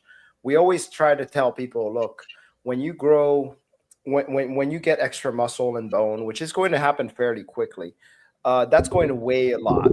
And unfortunately, it pushes out the fat. So it does tend to make you look a little fatter too at first. Some people it doesn't. But eventually the fat will start shaving off also. So hope I answered that. But anybody else want to try to make them feel better? Yeah, I mean, man, I've been through so many stalls, and it's still frustrating every time I go through them. But you just gotta kind of be comfortable in the process because the more that you go through them, the shorter they last. I've noticed too. But it's just a healing thing. It's happened every time. Like I was so happy this summer because I finally got into the 300s. I got under 400. It's been what has it been? It's been 18 years or something since I seen the scale start with a 3. You know what I mean? Wow. So I was very happy. But then I crashed my metabolism. I had to reprime. Then I gained 53 pounds, while I was repriming, which I know is mostly fluid and whatever. But my pants didn't get tight and my shirts didn't get tight. Nothing happened. I just gained a bunch of fluid or something back. I don't even know. But then out of nowhere, I lost like 23 pounds and I lost another pant size while I was doing it. It's the craziest thing. I can't even comprehend it really, but my legs got so much leaner and I got so much more lean tissue and I just got so much stronger and I'm moving around so much more that it's so hard to quantify what's actually happening in like a month to month or even in like a 6-month period. It's kind of hard because there's so many composition changes are going on. I realize I'm an extreme example, but I mean, I have to keep kind of calming myself by going, I'm down 310 pounds. I got my life back. What else am I going to do? What am I going to do different other than just trust this process and feel good? So that's kind of where I'm at on it now. And I notice that every time I settle into that piece about it, things go a lot better, and those stalls don't last as long, right? It's just because when you start to kind of worry about them or get in a mood about them or have anxiety about them, it makes them last longer too, and you don't sleep as good and it just spirals. That's amazing. I'm sure Shane is very inspired from that answer. Go ahead, Phil. Yeah, I prime every 6 months, and in November I've gained 18 pounds priming again. And now I'm on level 2 and it'll come off. So I don't really worry about my body. Feels really stable and solid and I feel really good. And I really don't worry that I was a little amazed that in 1 month I gained that much, but because I weigh myself every 1 to 2 months, but I'm not worried about it because it's just a temporary situation that you get. And like I said, I like to challenge my metabolism by repriming, and I do that every 6 months. So I do it in May, I do it in November, and it just feels kind of good to open up, eat a lot, and then go back and do 90 days challenge. I just like the rhythm of that. It just feels right. And I noticed a few people said, do you have meal plans on SBG? And the challenges are not about meal plans. They're about how you eat your meals, not what you eat your meals. Your food is carnivore, and you decide what you're going to eat. What the challenges take you through are different feasting and fasting protocols. And it's not like you're in some plan where you have to eat, this on Monday and this on Tuesday. It's really about whether you're eating once a day, twice a day, 3 times a day, fasting for some length of time and mixing it up. So I just wanted to clarify that. Well, you're on the topic of when you're on the topic of the challenge too, I think this would be a good time to clarify that. Thank you, Todd. I was going to actually do that next. So Dorothy, good question. So I know we've been talking about community a lot in this live stream. The Butter Club is for the 35 years and younger members, and that has nothing to do with our World Carnivore Challenge. So really, the Butter Club is a free community for young members. Our main community, and I saw a lot of comments in the live chat saying like, can I still join Butter Club if I'm 57 but young at heart? So you don't need to join the Butter Club because the main community is the Steak and Butter Gang. Okay, so there should be no feelings of being left out or FOMO here because our main best original community is SBG. And the challenge that we're going to do for World Carnivore Month, January, will be led by Dr. Sean Baker. So this one is very exciting. He's doing it because it's his holiday month, World Carnivore Month. And just going off of what Phil said, only for January World Carnivore Month, we will be giving out meal plans, and I'm designing it with Dr. Baker. We are not going to be giving meal plans, though, telling you exactly how much to eat. Okay, so that's if you're expecting us to give you, okay, eat exactly this many calories, exactly this much for breakfast, this much for dinner. Nobody should be doing that. Nobody should be prescribing how many calories somebody should eat because it is way too personal. Even day to day, Monday, you may go for a walk. Tuesday, you may be on your period.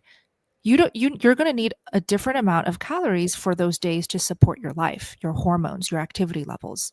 So when I will be giving out the meal plans in our January challenge, it's going to be, this is what you eat on Monday, Tuesday, Wednesday, Thursday, but not the amounts, if that makes sense. So it will still give you a lot of guidance, a lot of ideas, obviously, and how to eat as a carnivore. It just won't tell you exactly how much to eat. Yeah. So hopefully that answers your question, Dorothy. To join us in January, the link is in the description box. That's all you have to do is open it and click that link. Great. I think you need to add that we have people as old as 84 in the gang. So there's no age limit. So exactly. So SBG, all ages, everybody is welcome. Absolutely zero restrictions there. Even vegans are welcome. Okay. Right. Share you guys on. Yeah. Please come on in. Yeah. Yeah. Please. All right. Yeah.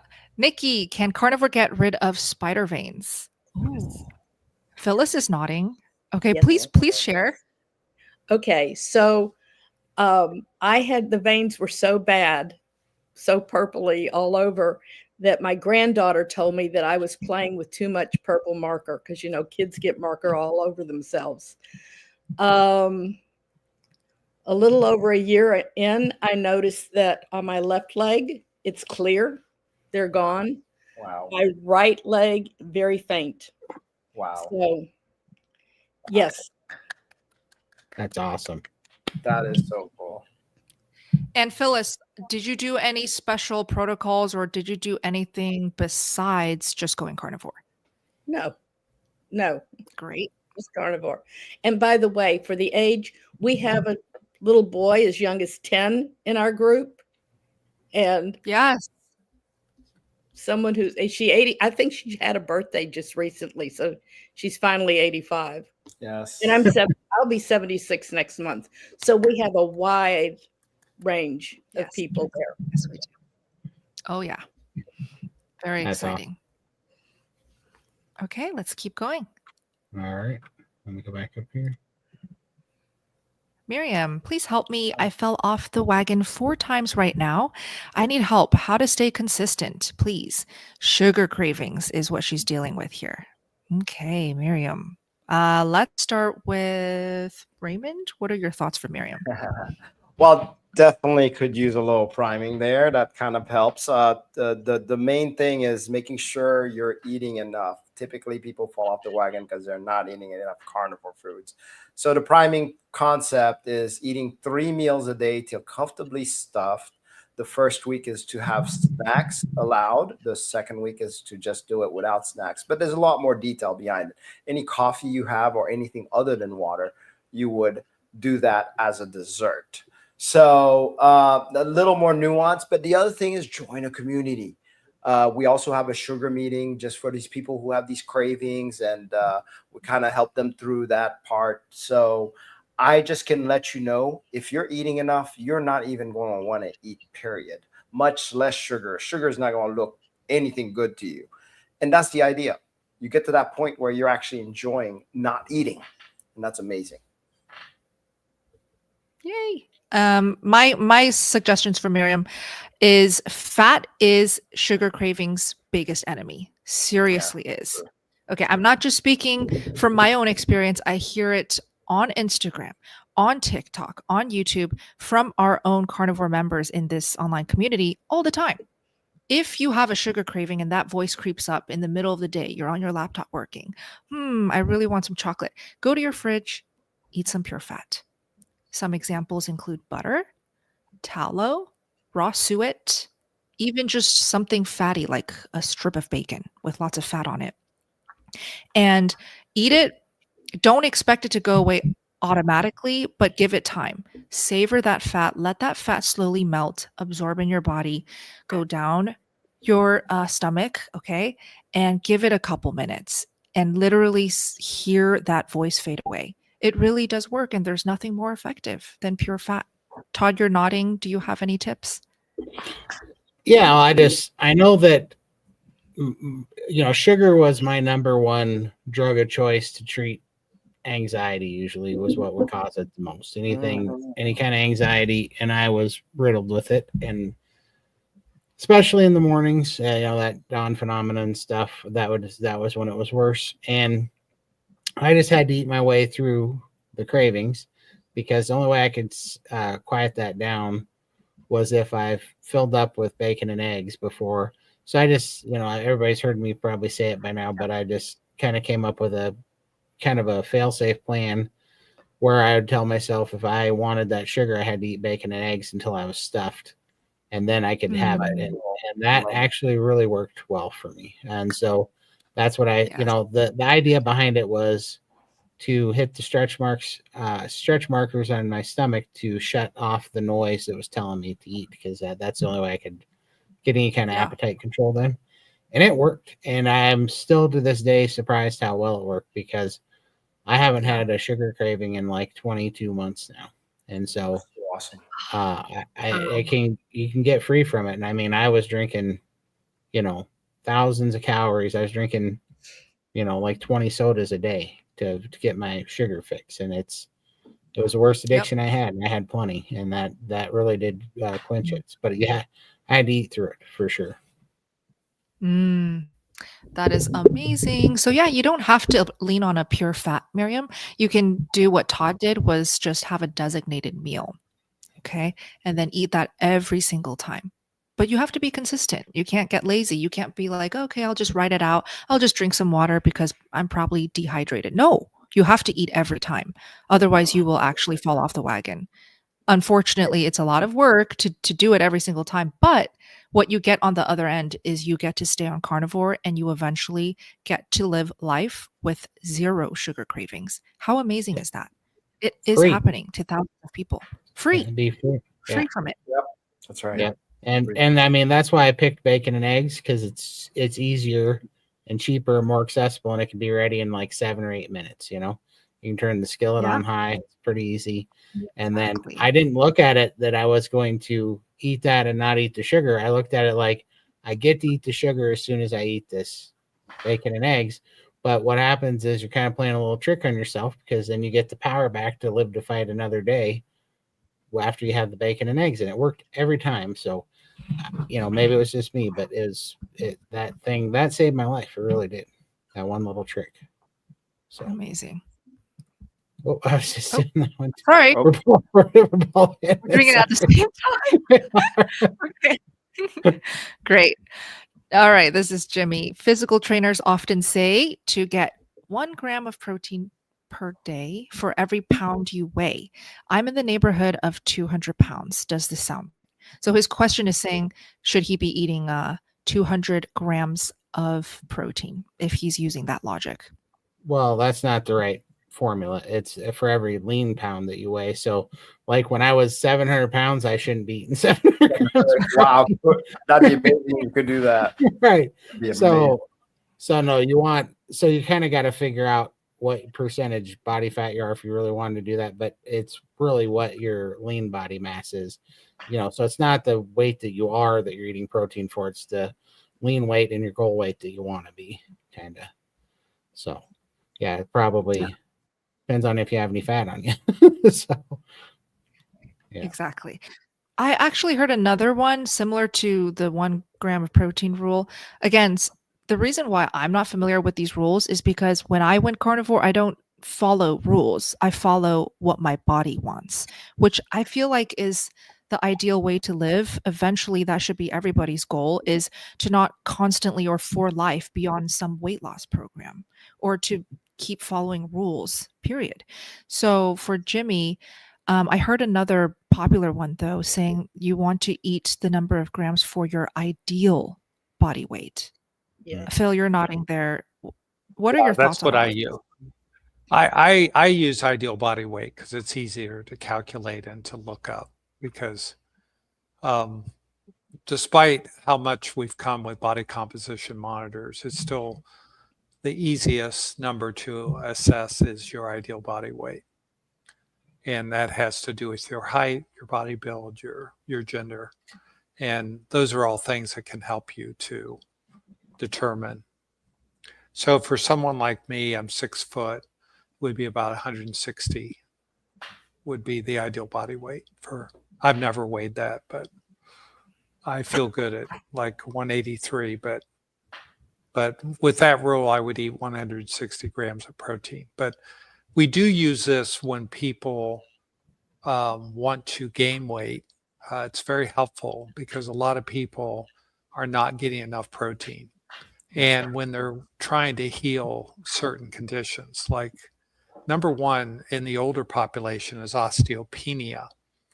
And when we look at 60 and 70-year-old women who have thin bones and they have poor DEXA scans, if we can get their protein up, then it really helps. Also, people post-surgery and people that are trying to build their bodies. But I think most Americans are under eating protein when you really look at it. But I agree with you. Eventually, you want to get to the point where you're not prisoner to your own macros. But if you're trying to solve a specific problem, having some targets may help you in the short term to get an idea of what you need. I know that chart doesn't apply to me, but I swear if you cremated me, I'd still weigh 200 pounds. What do you mean by that? Hold on. Yeah, I don't get that one.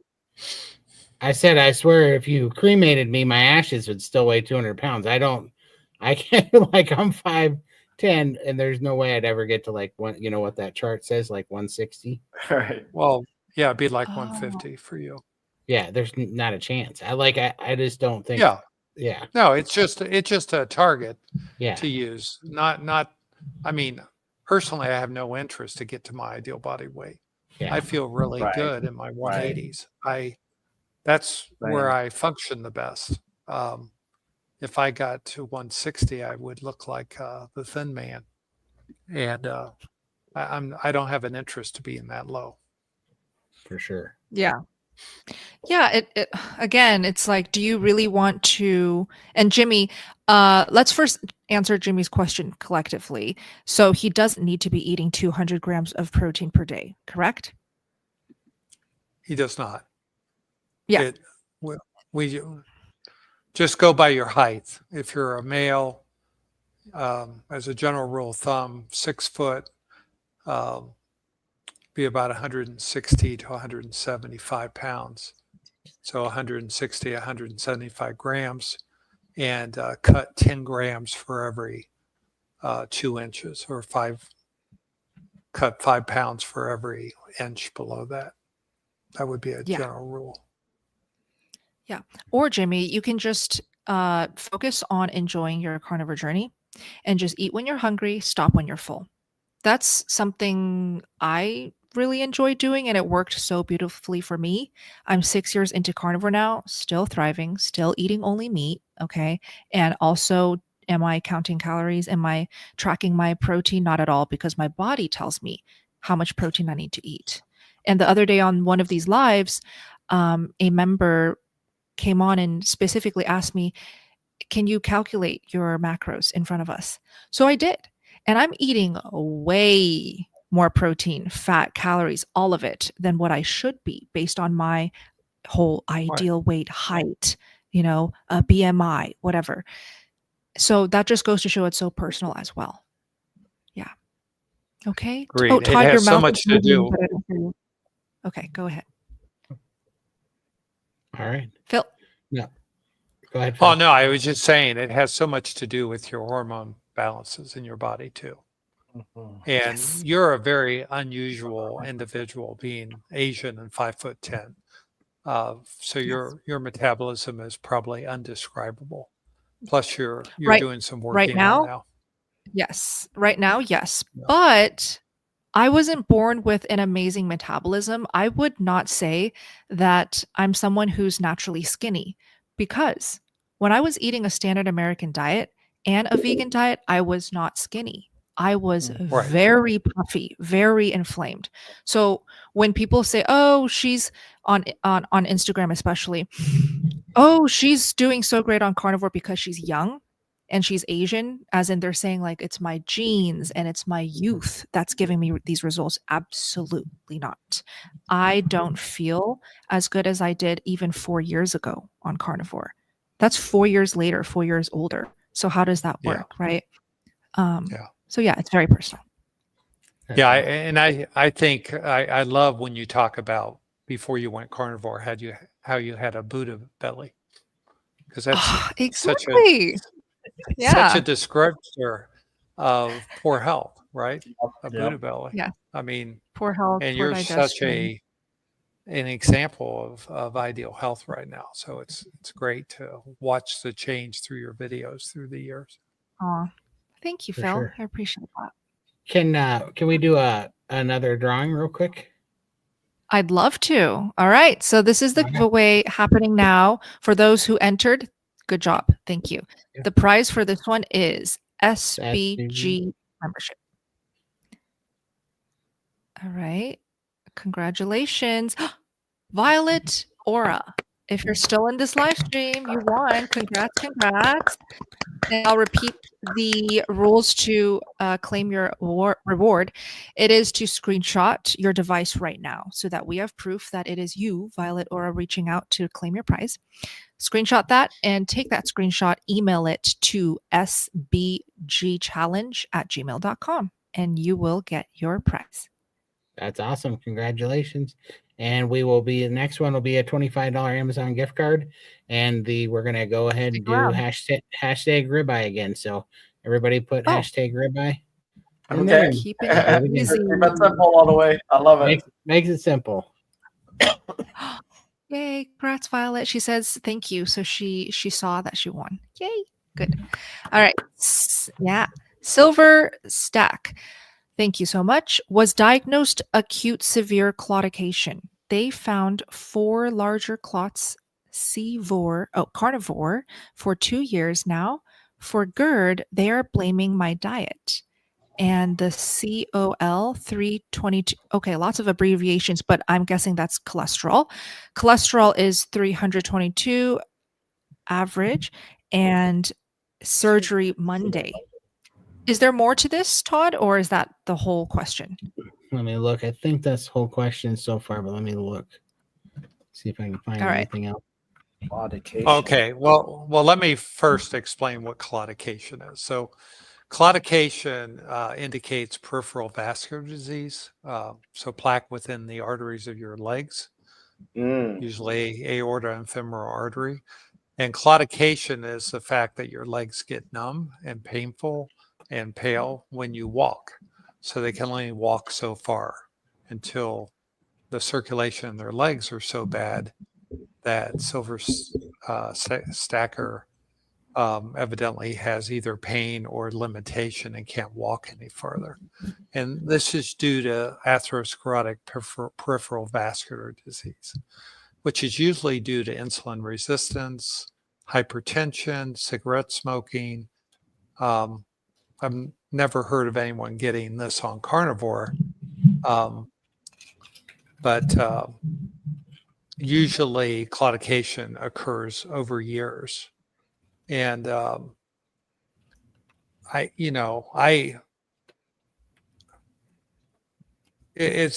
not quite sure what the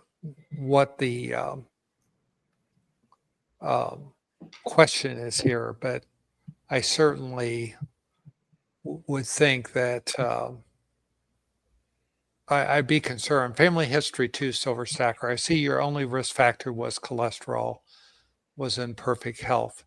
And I assume that you've had either ultrasounds or angiograms to confirm that you have claudication. So I don't know what kind of surgery you're having. Are you having bypass surgery? I don't know any detail about your cholesterol, whether you have high yes, triglycerides. Okay, high triglycerides, low HDL cholesterol, family Clot history. removal. Oh, he had a clot removed. Clot removal. Yeah, so Stents. a clot in the artery. That's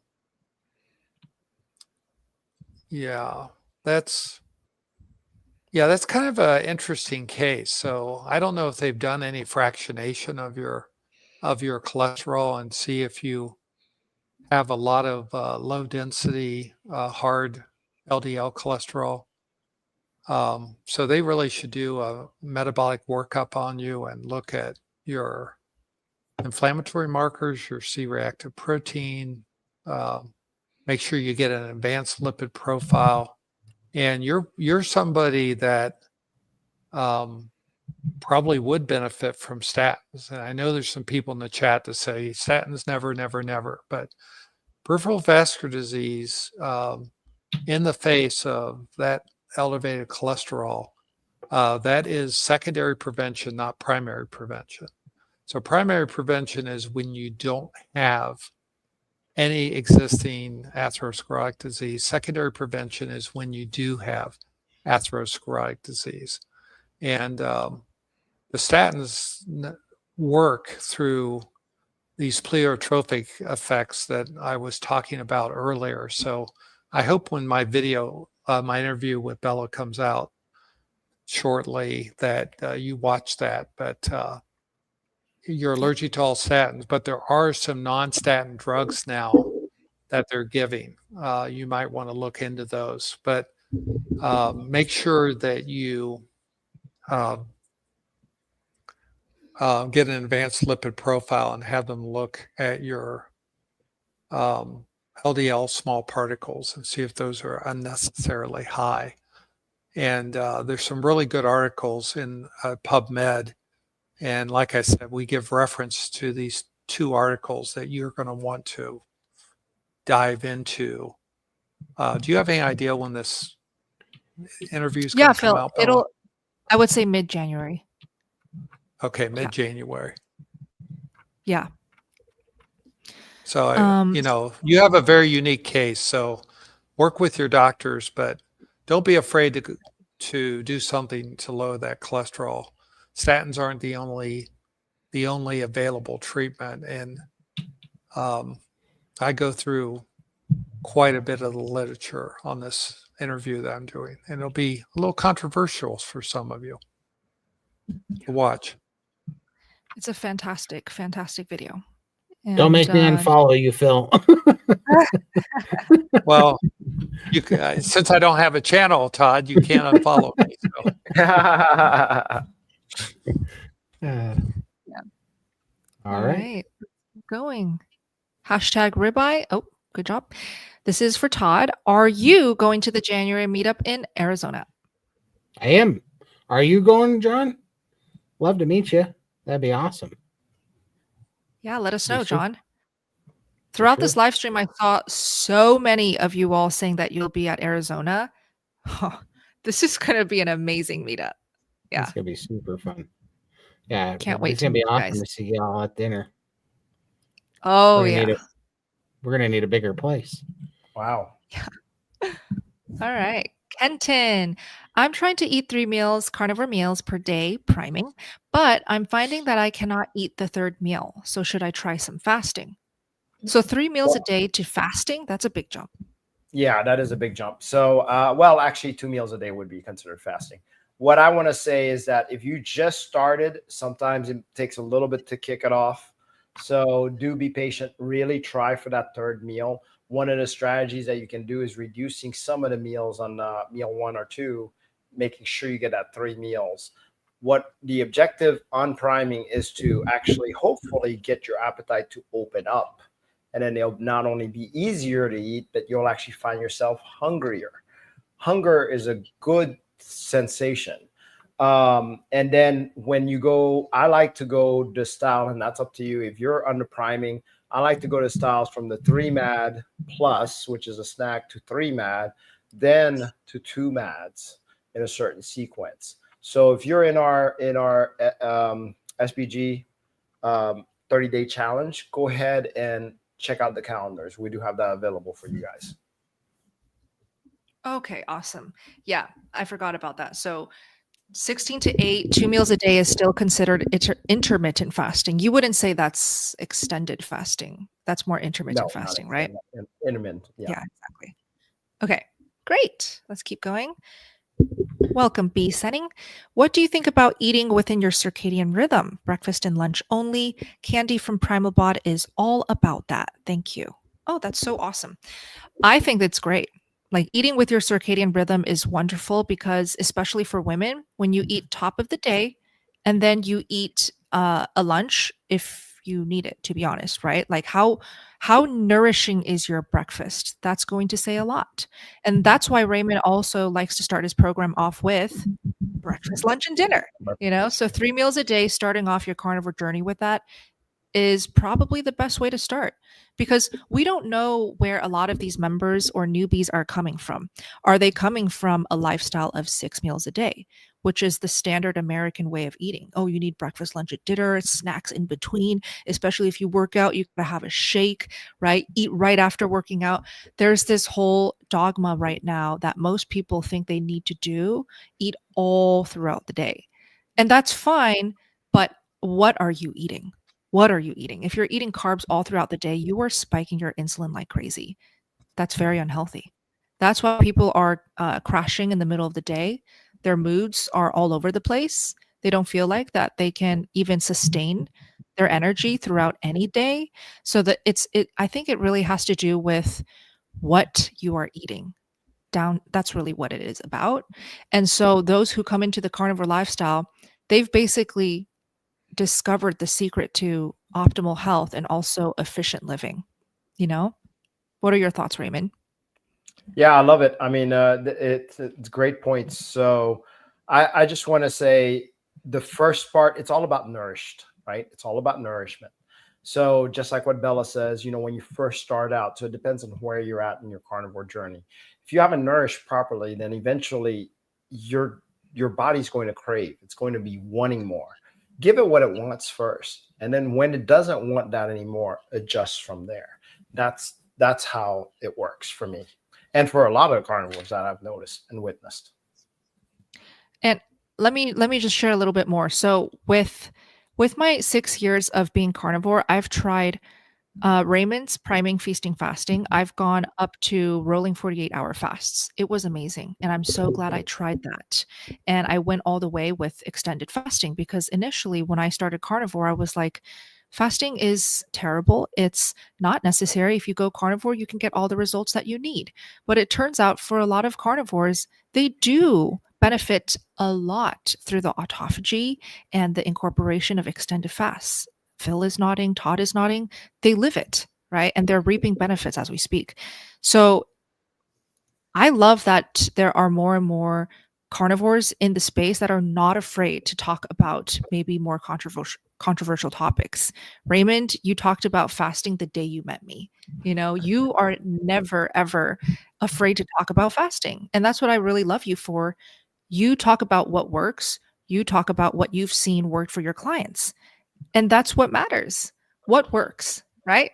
And That's right. so I think if what you're doing is working, that's what you should be going off of, is if it's working for your lifestyle, your goals, and that. And there will be different approaches that work for different carnivores. Hopefully that helps. All right. Mark, hi. Anyone else use trace minerals supplement? We have started to do that here. It makes our water close to Gerolsteiner. Is it Gerolsteiner or Gerolsteiner? I forgot. In taste. So what are your thoughts on trace mineral supplements? Phil, do you take that? Took them the first maybe 6 months of carnivore, just because I was getting a lot of leg cramps, and then my leg cramps started increasing. Raymond suggested I cut out all supplements, all electrolytes, and I did that and haven't gone back to them. So just use meat, animal products to get everything I need. Awesome. Anyone here take trace mineral supplements? I personally don't. Phyllis, go ahead. You do? Yeah, because I don't use bottled water. I don't use tap water. I have one of those zero filters that's supposed to filter out everything.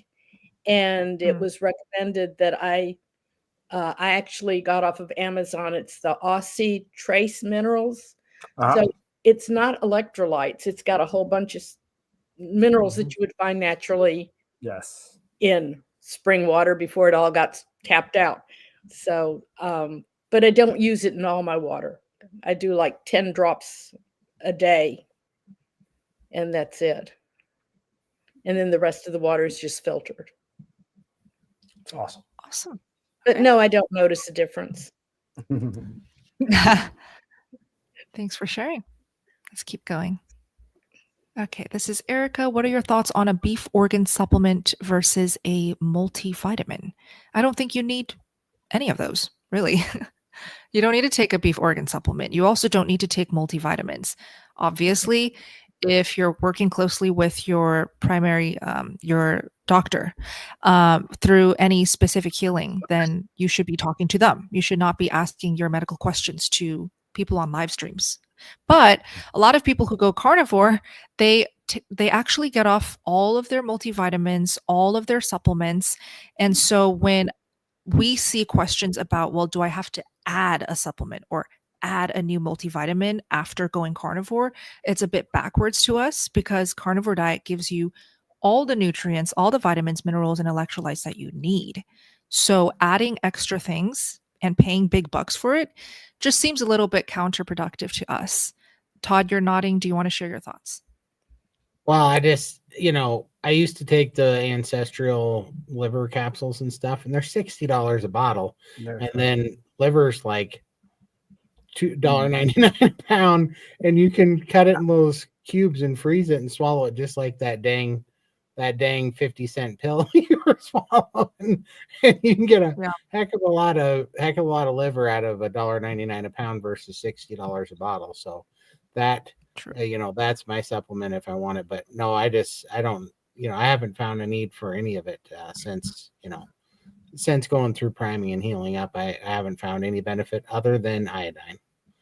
iodine still. And for a short time there, the amino acid therapy we did really helped me digest food, made me feel a lot better, helped my lymphatic system. But even the last 2 months of taking the aminos, I didn't notice any difference anymore. And so I think that was a bridge to help me heal up, but I don't think I need them anymore. So, yep.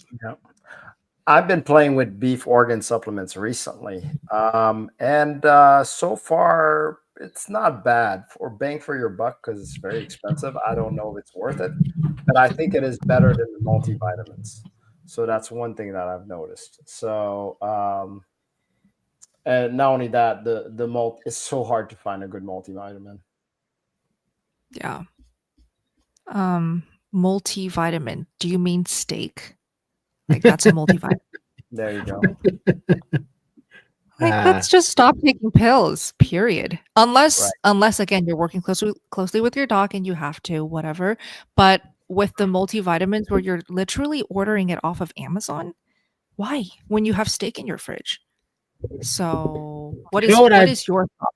Yeah, go ahead. I'd say about the best multivitamin or pill that I've seen in a while actually is those carnivore bars, actually, because that is something that I found out that's kind of interesting, because my brother has MS and he was having syncope problems. He was passing out and he just couldn't eat a lot. And we fought, man, I can't imagine what it's like to have an autoimmune issue, because it's so frustrating how stuff that helps me sets him off, and he has a reaction to it every time.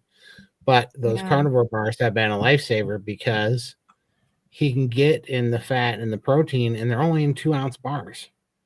So he doesn't have to have much of an appetite. And so I was just thinking that does feel like probably the best multivitamin, because they get an entire ribeye and fat in that little bar, and then he can eat it, And so it's he hasn't had any passing out or syncope problems since in the last 2 or 3 months, since doing 1 to 2 of those carnivore bars a day. So I was just thinking about that. I'm like, yeah, you brought up a good point when you said you mean beef, because I was like, actually, that condensed carnivore bar actually feels like a vitamin for my brother, because he can get that all down. So great point.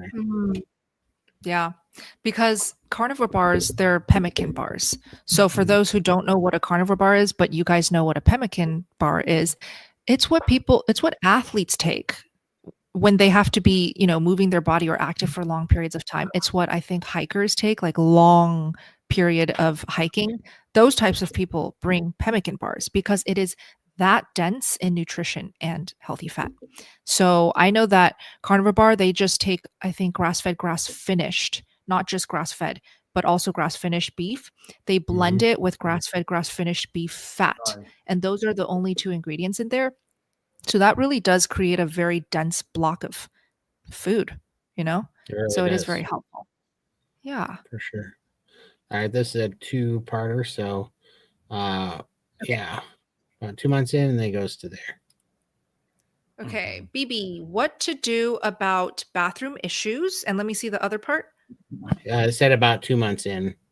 Oh, okay. 2 months into carnivore, what to do about bathroom issues. We did actually cover this earlier with the peeing at night, but they may be talking about stool issues like loose stools or constipation. And I'll answer this real quick because I love talking about bowels.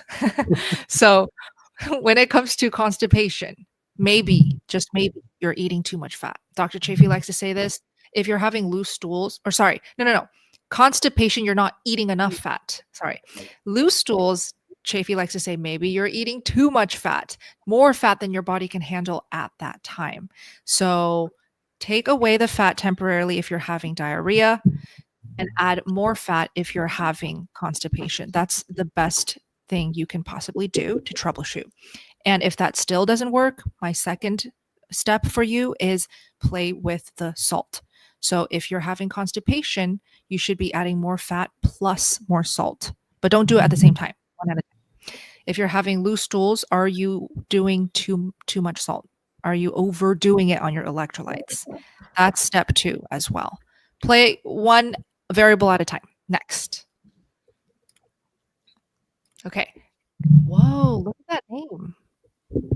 Do you know how to pronounce that? That's such a pretty name. Looks Hawaiian. Yeah. Kekolike? Kekalika? I don't know. Such a pretty name, though.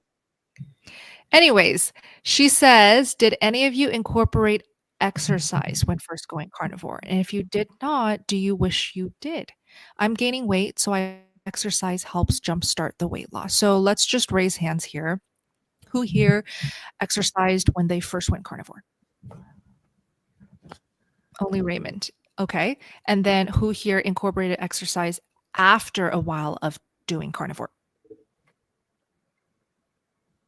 Yeah. So Phyllis? Oh, okay. Why did you raise your hand last? Do you barely exercise? I didn't really exercise as much as I became more active, because once I started reducing, because once I got rid of the pain, I was able to get out and start doing things more. When I first started carnivore, I pretty much was sitting in one spot in the sofa all day, wasn't getting out or doing anything. So it was kind of a halfway raise. Yeah. Hey, that's very much aligned with my approach. Is when I first went carnivore, I had so much healing to do. In fact, I think a lot of carnivores kind of go this route, is they go carnivore because they have no choice to. So I don't know about your story. Are you trying to heal anything besides jumpstarting weight loss? Because for those who come to carnivore, they are specifically looking to heal some type of health condition or just stop living in pain. I will say, after 6 years, this is something I've witnessed a lot in this awesome community, is that most people who come in and they give this lifestyle a try, they do it because they have no other choice. They do it because they're desperate, okay? Because nothing else has worked and they've tried everything under the sun. So if you're doing carnivore not for any type of healing at all, which there are people like that as well, and that's great, and you're only doing carnivore for weight loss, then yeah, go ahead and exercise. But I actually personally do not recommend exercising at all when first starting carnivore, because the people that I'm helping and answering questions for are people who have healing as the top priority. So I will say that clearly. If you're here for carnivore to heal, do not exercise. Especially do not exercise for the first time in your life. Combined with carnivore for the first time in your life, that's a recipe for disaster. Just go carnivore. Just eat. Get better. Feel better first. And then you'll be like Phyllis. You'll be like me, where you don't have any more pain, you have no more issues, and you want to move your body and exercise. And that's exactly how I did it. But for those in this live stream, I'll have you guys, why don't you guys chime in and help her? What do you all recommend? Do you recommend that she starts exercising to jumpstart the weight loss? She says she's gaining weight, and that makes me wonder, why is she gaining weight? Is there hormone healing happening? Like, there's so many things that I'm thinking about based on my experience and what I've seen. But everybody, let's all help her out. Kekolike, if you're still here, let me know how to pronounce your name. I really like your name. Okay, let's keep And going. just to be clear, I wish I didn't start exercising first, but I already was doing Orange Theory for 7 months, just because my nurse told me that a lot of my issues would be resolved by exercise. So I decided to try that without changing diet. Didn't work. Yeah. So, but I kept diet on. So that's why. Yeah. That's good. All right. Yes. Is the carnivore diet treating obesity as a disease? Is the carnivore diet treating obesity as a disease? Okay. Raymond, what are your thoughts? That's an interesting question. Treating obesity as a disease. I mean, I don't look at it that way. Obesity is probably, to me, a marker of multiple things going wrong in your body, including metabolism and several other things. So I believe once you get to the root cause of those other issues, that obesity can be treated as a result of healing your body. But that's my experience for myself and others. So I actually did gain weight first before I lost weight. So, and I hear that's a lot of people do that too. So, okay. So one thing that I see a lot in the community is diabetes being reversed. And Phil, since you're the retired MD here, would you say there is a correlation with people having getting diabetes, type 2 or type 1, with being obese. Is there a correlation there? Not with type 1, but there is with type 2. Okay. But obesity is a risk factor for many diseases, but it's also the consequence of many diseases. So, you have the chicken and the egg problem. And, I did a live stream with Todd's channel with Lindy and Todd. I'm trying to think when that was. 6 months ago, Todd, when I went over a cartoon about that inflammation is kind of the center of sleep apnea, of obesity, of diabetes, of erectile dysfunction. I mean, a lot of things that hormone imbalances. And if you as you reduce the inflammation in your body, which is probably the number one thing most people need to do in America, we suffer more from metabolic diseases than anything. And so obesity is a metabolic disease, and so falls in the same category. Now, the causes of obesity are many, and can vary quite a bit. Can be multifactorial, single factorial, but they all seem to respond, as Raymond said, after you address healing of the body, you tend to obtain a more optimal weight. So I saw some people in the live stream said, I want to gain weight. Well, people gain weight on carnivore because they heal their body from Lyme disease, from autoimmune diseases, from anorexia nervosa, all kinds of things respond very favorable to underweight people when they go carnivore. And people that are overweight, they also do well too, but so many people think solving the weight issue is the number one thing they need to do. And they get really hung up on what the scale's telling them. And we see this all the time. And I have seen so many people that when they quit worrying about the weight goes off. The more they worry about the weight, the harder it is for them to lose weight. And so, yes, obesity is a disease, but we're using the carnivore way of eating as an optimal way to nourish the body and to resolve metabolic disease. And obesity is a metabolic disease. So that's my long answer in a short time. Man, that'd be a fun one to break down a lot better.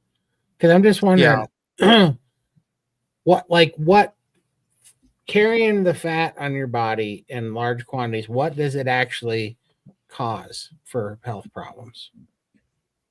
Well, there's so many things. So one is it increased peripheral resistance in your body. So peripheral resistance is the resistance in your blood vessels that your heart is working against. Obesity can cause stasis in your lymphatic system so that your lymphatics can't drain properly. And then you get edema, you get lymphedema, you get lipedema. Obesity predisposes you to certain infections. Like we know that during the COVID epidemic, people that were obese were more likely to have severe complications from COVID. But my question to you, was that due to the obesity or is that due to the metabolic disease that's associated with the obesity? Yes. And the obesity itself is one of 5 risk factors for a metabolic syndrome and a marker for it. But metabolic syndrome is also a constellation of high triglycerides, low HDL cholesterol, obesity, hypertension. So it's multifactorial. So I think too many people focus in on the obesity, and I could spend hours talking about all the hormonal axes that are involved in maintaining our weight, from the hormones in our digestive system, from ghrelin and leptin and insulin and lipases, the enzymes that digest our food. I mean, it's very complicated.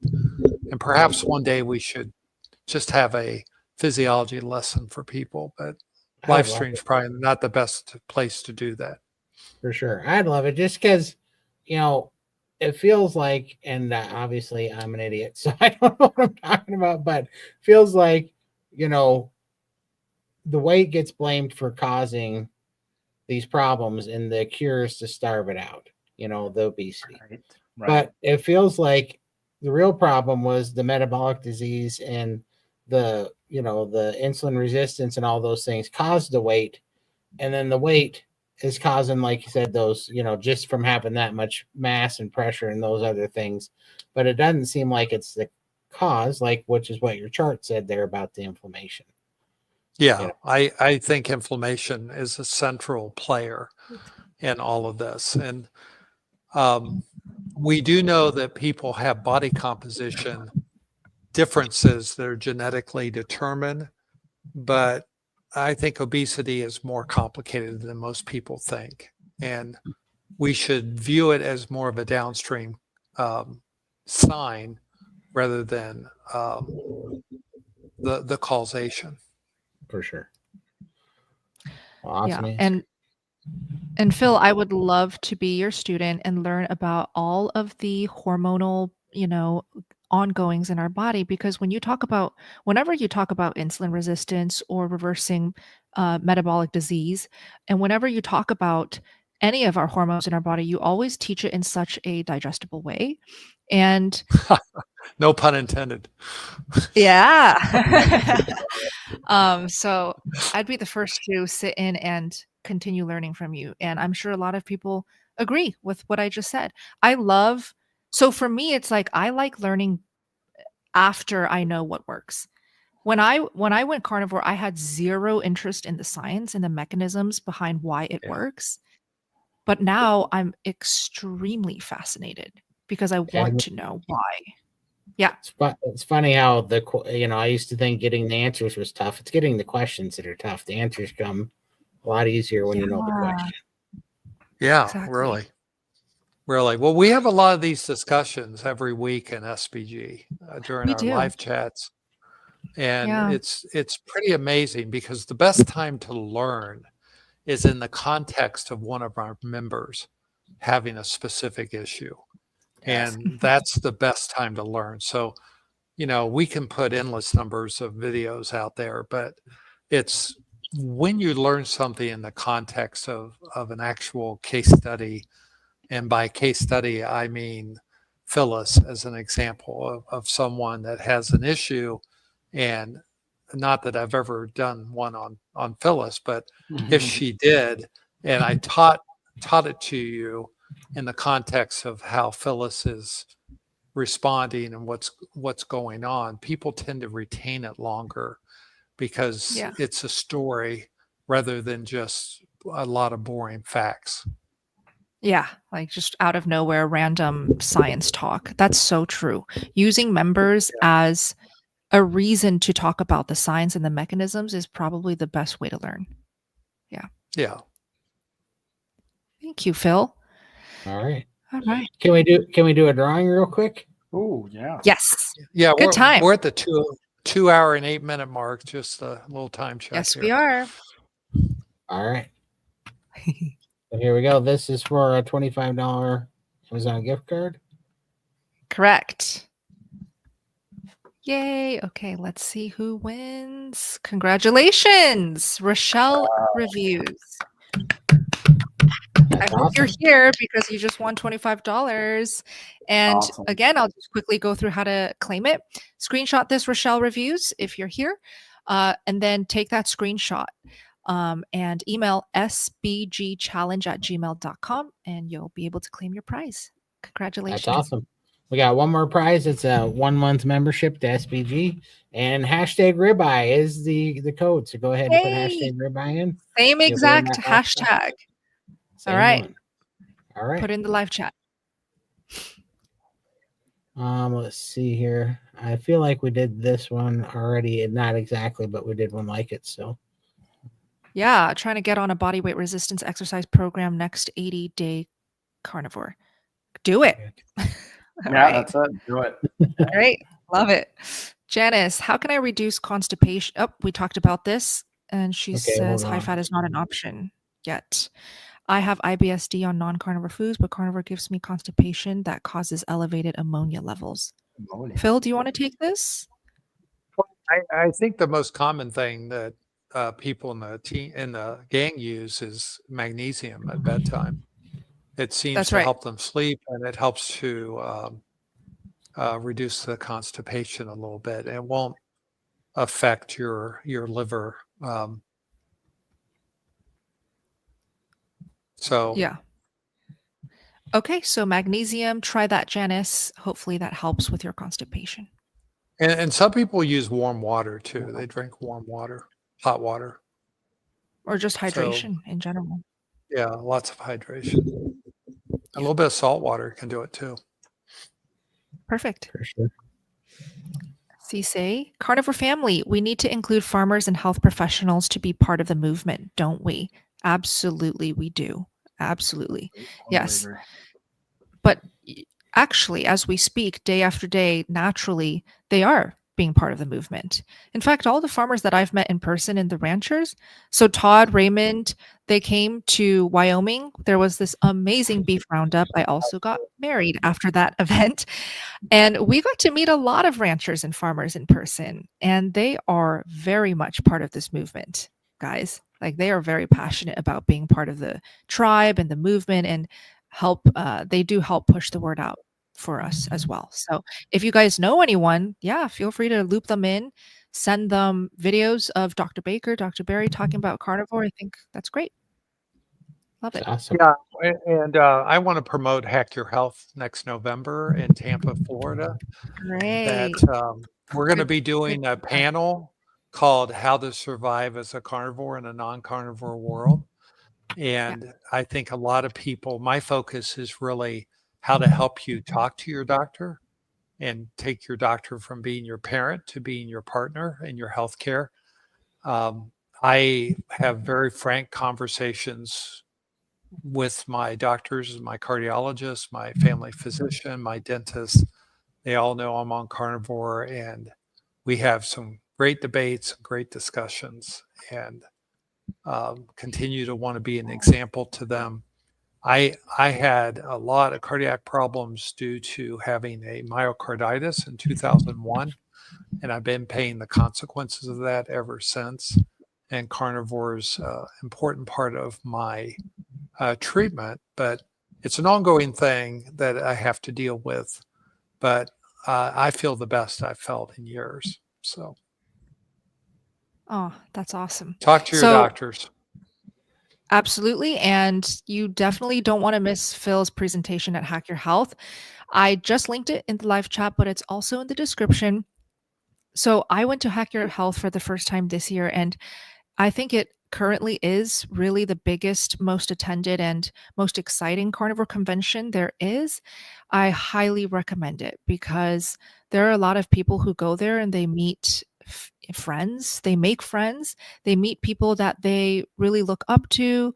Like, for example, Dr. Berry goes there, Dr. Baker goes there and speaks there. So it's just a great place to go to meet all of your inspirations, to get to converse with them, ask them questions, learn from them in person. And then you also get to mingle with the community and the people who attend. So I highly recommend it. And we will all be there. So that's exciting. For sure. Yeah. Awesome. Let's keep going. Heather, what are your thoughts about dry fasting? Raymond? My thoughts about the dry fasting, first thought is get nourished first, learn to water fast first. And then when it starts being natural, where you're noticing as you're fasting that you're drinking less and less water, then that's a good sign to say that, hey, you may be ready to consider dry fasting. Do it slow. Do it, for example, overnight, where when you're sleeping, just don't drink any water. Some people tend to do that instead of sleeping that 8 hours. So that's my thoughts. So, Raymond, I think you need to define what dry fasting is, because most people don't know. Yes. Well, easy definition of dry fasting is just not drinking or eating. So anything that goes into your mouth, and that's the soft version of dry fasting. The hard version of dry fasting is no water, washing your hands, washing your hair, brushing your teeth, nothing like that. So that's the hard version. So we can go into a lot into that, but that's the basic definition. Perfect. Darla. Welcome, Darla. Any thoughts on coconut oil? Obviously not an animal source, just wondering. Okay, raise your hand if you think coconut oil is recommended on carnivore or just recommended in general. Yeah, none of us are raising our hands for a reason, because there's better fats. Seriously, there's fats that are like 10 times better. Tallow, pork lard, butter. Why is there, maybe I'm missing something. Is there like a special benefit that you get from coconut oil that you don't get from animal fats? Well, one reason you might consider coconut oil is if you had extremely non-responsive lymphatics. And coconut oil does have a lot of medium chain triglycerides, fatty acids, medium chain, the C10s and C12s. And for people when they're first on carnivore and have a lot of lymphedema, they actually might benefit from bridging with coconut oil because it's an inexpensive way to get medium chain fatty acids in the short term. Wouldn't do it for more than a month, but we talk a lot about interventions for people with severe lymphedema. And the reason being is if you have severe lymphedema, you can't absorb the small chain and large chain fatty acids, but the medium chains go directly from your gut into your bloodstream and can serve as a source of fatty acids when your body has a lot of healing to do. So that would be the only time I would recommend coconut oil and that would be a really rare thing, just because it would be much better to take the pure C10, C12 medium chain fatty acid supplements, but that's coming from coconut oil. But if you can't afford it, I mean, they are fairly expensive. So if you can't afford it, coconut oil might be a cheaper alternative. I saw someone today is from North Korea on the live stream, and I'm wondering, can you even get coconut oil in North Korea? I don't know. So I don't know if it's something available around the world. And other places in the world, you may not be able to get medium chain fatty acids isolated. I mean, in the United States, we can buy them, but some countries you may not be able to get them. But you might be able to get coconut oil. So, but long term, it's not a solution. Okay.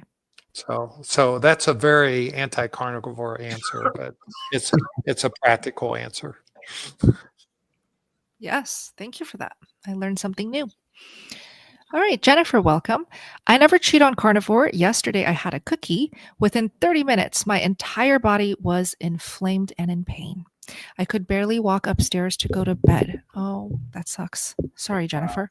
What causes such crazy reactions?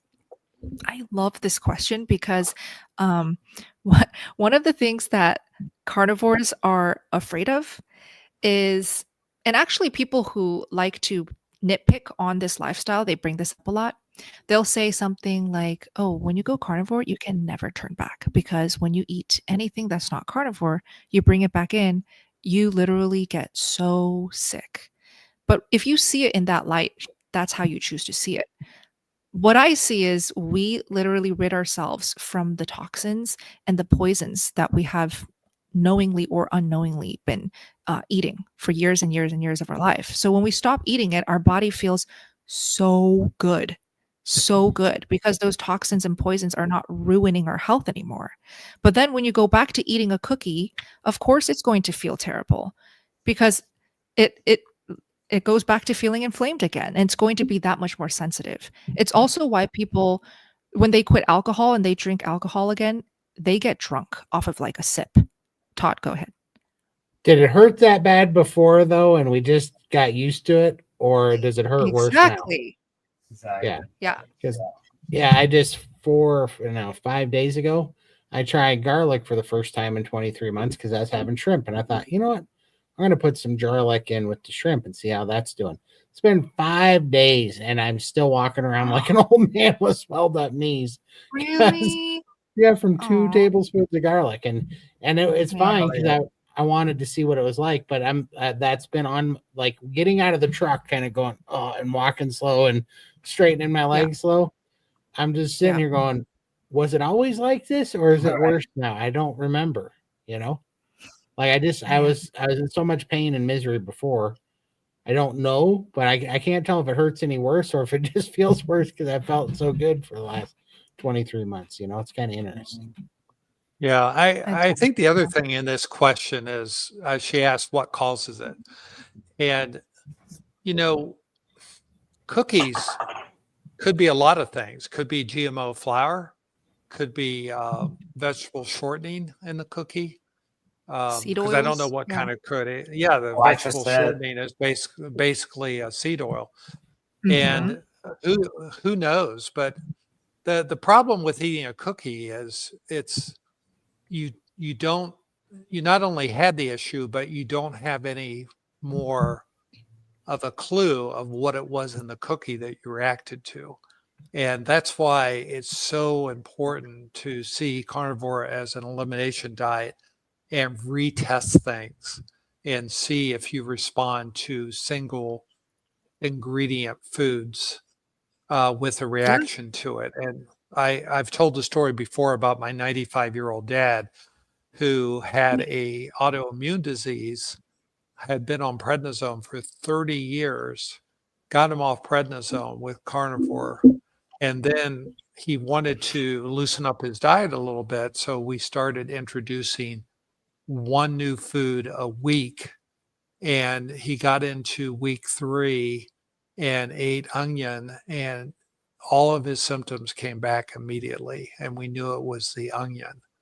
And so he's eliminated everything in the onion family, which would be garlic, onion, shallots, all those things. And he still continues off prednisone. But after 30 years with an autoimmune disease, he reversed it. And we've been able to discover one food that he ate almost every day that was perpetuating it and why he wasn't getting better. So I would take, Jennifer, I would see this as an opportunity to eliminate and take the ingredients of that cookie and to try one ingredient a week and see what it was that you actually reacted to so severely.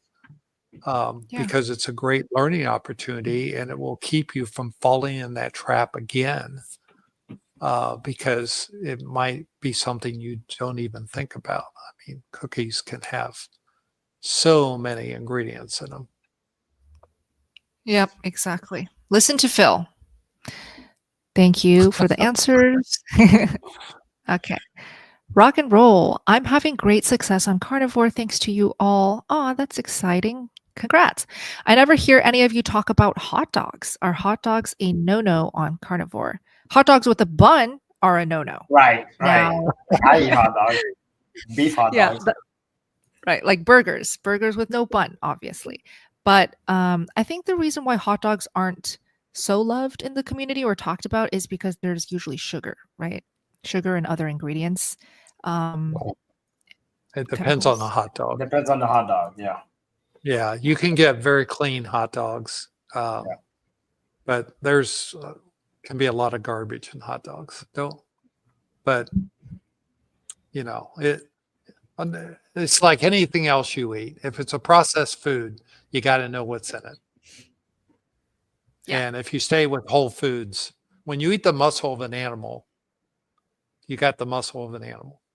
When you eat a hot dog, who knows what's in it? Could be grains, could be seed oil, could be chemicals you can't even pronounce. But it depends on where you're buying it.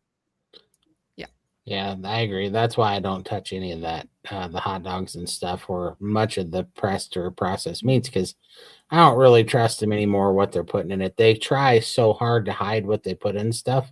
It just makes you really doubt that they're doing it, you know? Right. Todd, do you ever make sausage? I do, yeah. You make venison sausage, or what do you make Yeah, I sausage make out of?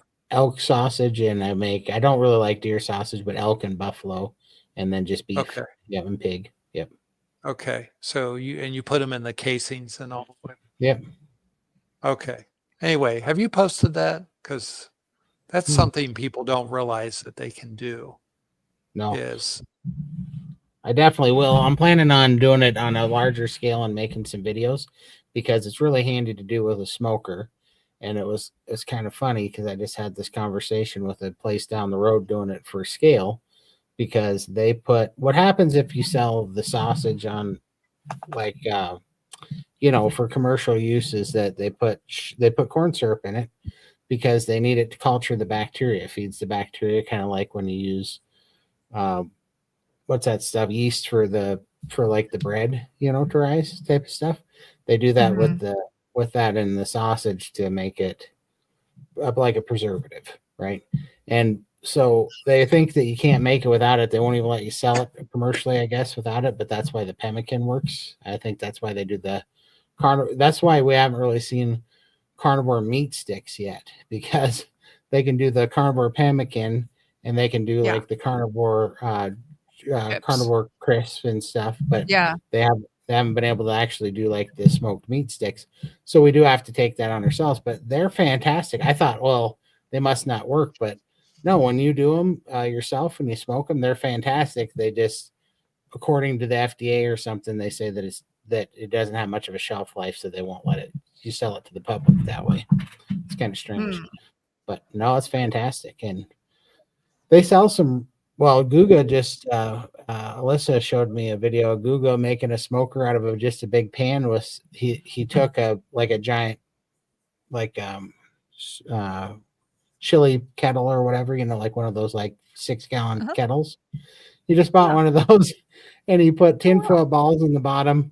He put a rack on it, but he put the smoker pellets in the bottom, and then he put it on an electric burner, and the electric burner heated up the smoker pellets and smoked it inside of that pot. And I was like, well, that's pretty genius, because that looks like it worked. It'd be a super cheap way of making a smoker out of a pot, That's so wow. cool. Yeah, it was really cool. Well, I gotta check out that video too. Todd, I was gonna ask, have you tried the Teton sausages ever from Costco?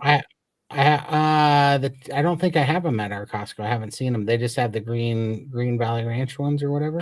Oh, okay. Then you probably don't have them at your Costco, because I see them a lot at Costco. I've tried it myself, and those are generally really recommended within the carnivore community, because it has spices. It does have spices, like quite a lot. That's why I don't eat it. When I tried it, I was like, oh my gosh, this is so salty and so spiced. But that's my taste buds, and it will be different from yours. But a lot of carnivores do love Teton. Teton. You can find it at Costco. You can find it at any grocery store, more upscale Whole Foods grocery stores, I would say. Phil, were you going to say something? Oh, sorry. No, I don't have those at my Costco. So we just have the chomps. So the only thing available. Chomps are good. Huh. I'm going to look again, because the Tetons are right there. So they're named after the Grand Tetons. They should be here. Yeah. Yeah, you should have it. Weird. Yeah, it should, because the Grand Tetons are right there. So should have it. All right. Okay. Do we have time for the last drawing? Absolutely. By the way, I am just sitting here in a hotel because I'm in Canada with family, and they're out for dinner, and I already ate. So I'm doing this live stream until they come back. You guys don't have to stay though. I'm really enjoying it. So just a heads up. Okay. Right on. All right. Let's one SPG drawn right here. Okay. Congratulations to Lily. Oh, Yay, Lily. Lily. Do we That's know Lily? awesome. And when did Lily she ask a H. question early? Yeah, she did. Yep. Awesome. Well, if you're still here, you won. And just take a screenshot, email that screenshot to sbgchallenge@gmail.com. That's Thank awesome. you and congrats. Congratulations, Yeah. and can't wait. Say hi to us in the SBG and when you see us. I mean, anyone who joins and comes into the community, you have to say hi. Okay. You will For be sure. taken care of, but you do have to say hi. You can't just join and never show up, which a lot of people do, surprisingly. Oh, Raymond, are you leaving? You're muted, Raymond. So we can't hear Yeah. any of your sweet by and bys. Yes. Well, thank you. I want to say, yeah, I'm gonna head out. Thank you so much. You All rock, Raymond. That was awesome. Thank you for Yeah. joining us. That was All awesome. right. All right. Have a Thanks. good night. Bye. Good night. I'm gonna get Yeah. off too. I Oh, enjoyed love this. you, Phyllis.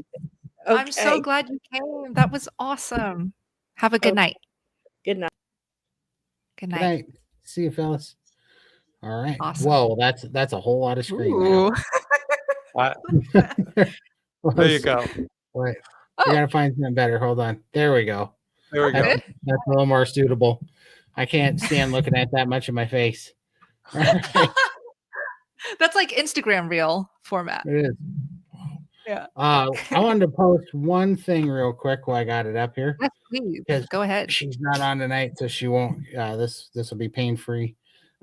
Oh, I was gonna gosh.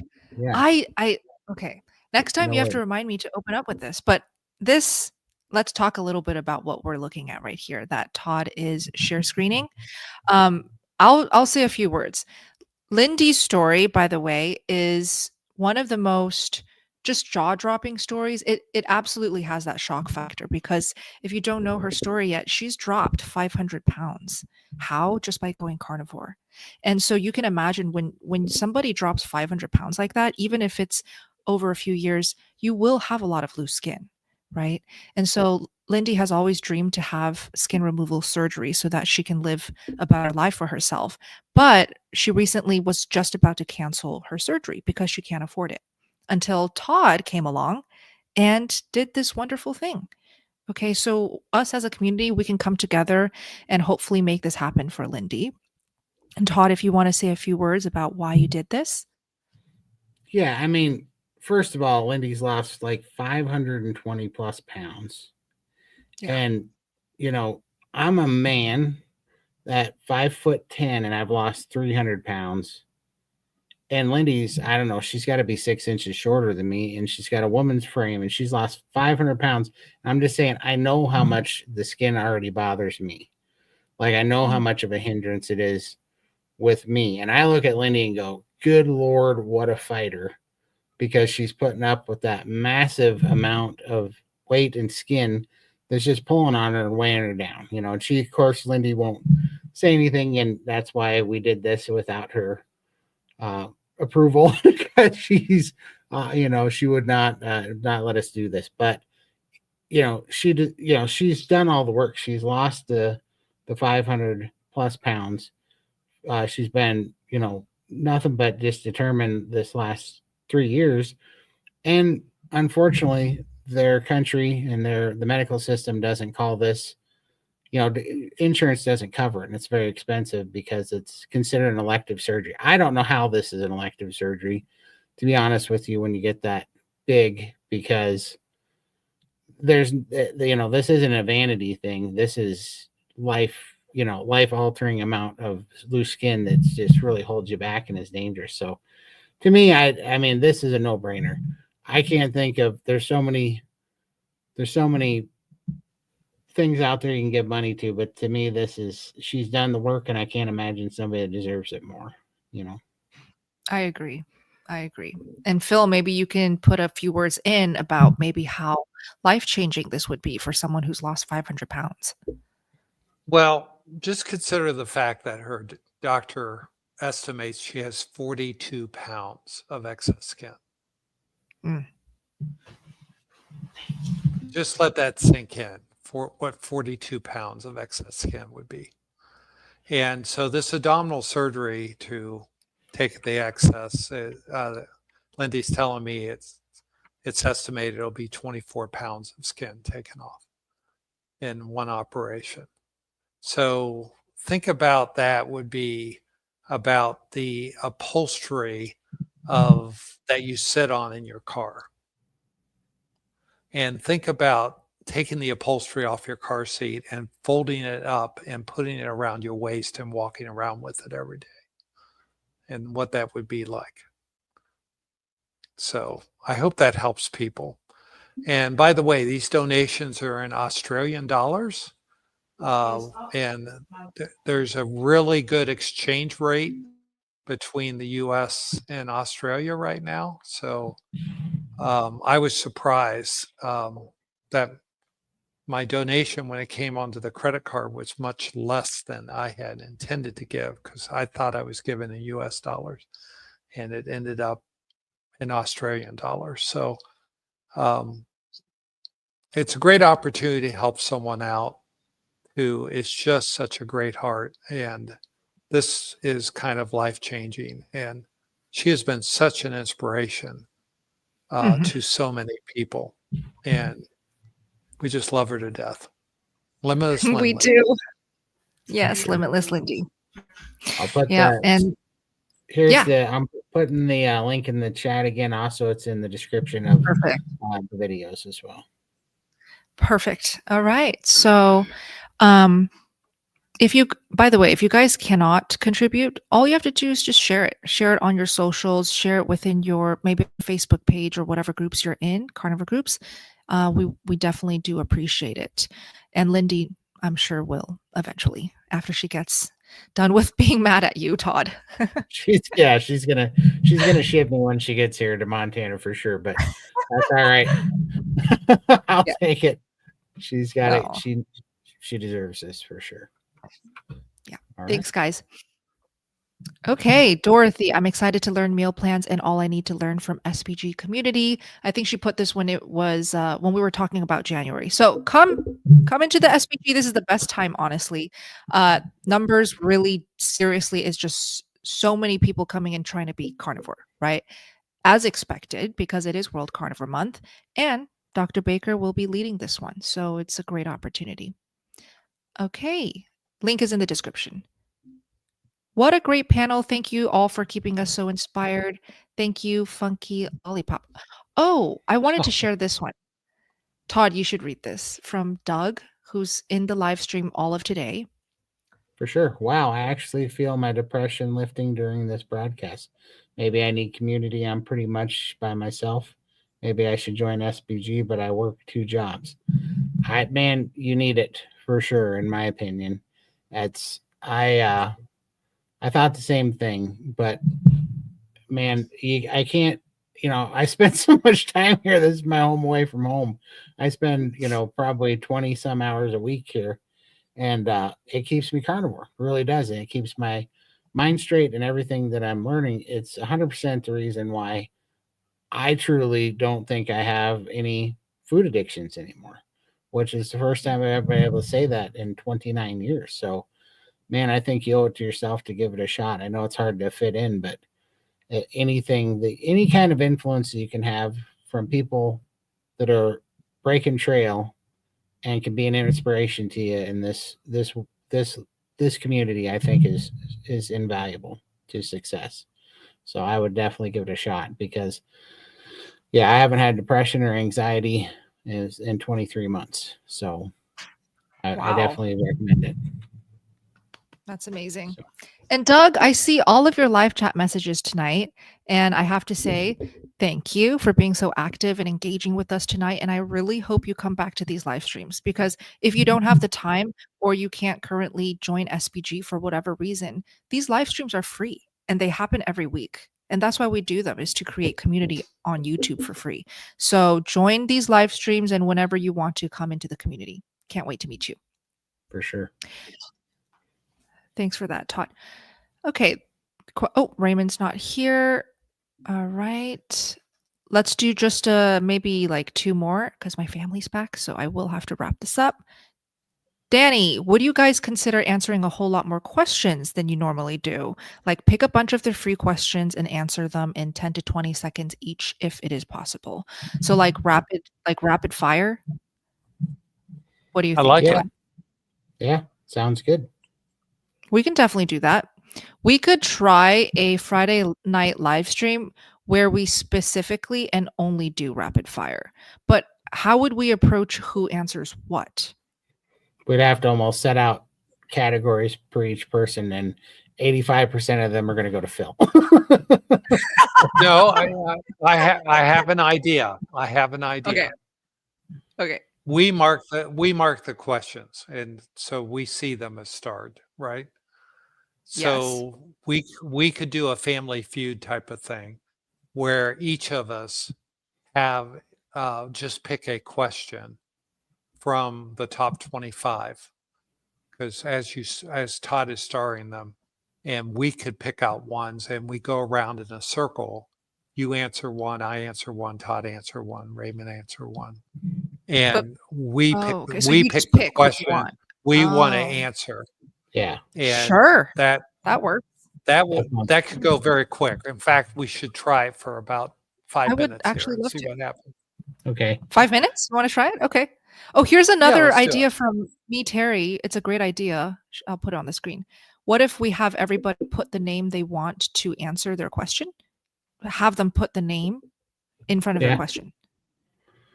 Okay, but don't ask me about medical things because you don't want a medical answer from a guy in a cowboy hat. Assuming that these people already know you guys, right? They followed you, they know your stories, your fortes, and all of that. So, let's try it. You want to try it? Okay. So we're gonna take questions fresh. Put the name and put the question. Now there's some questions. There's some questions in the star category that we've already answered.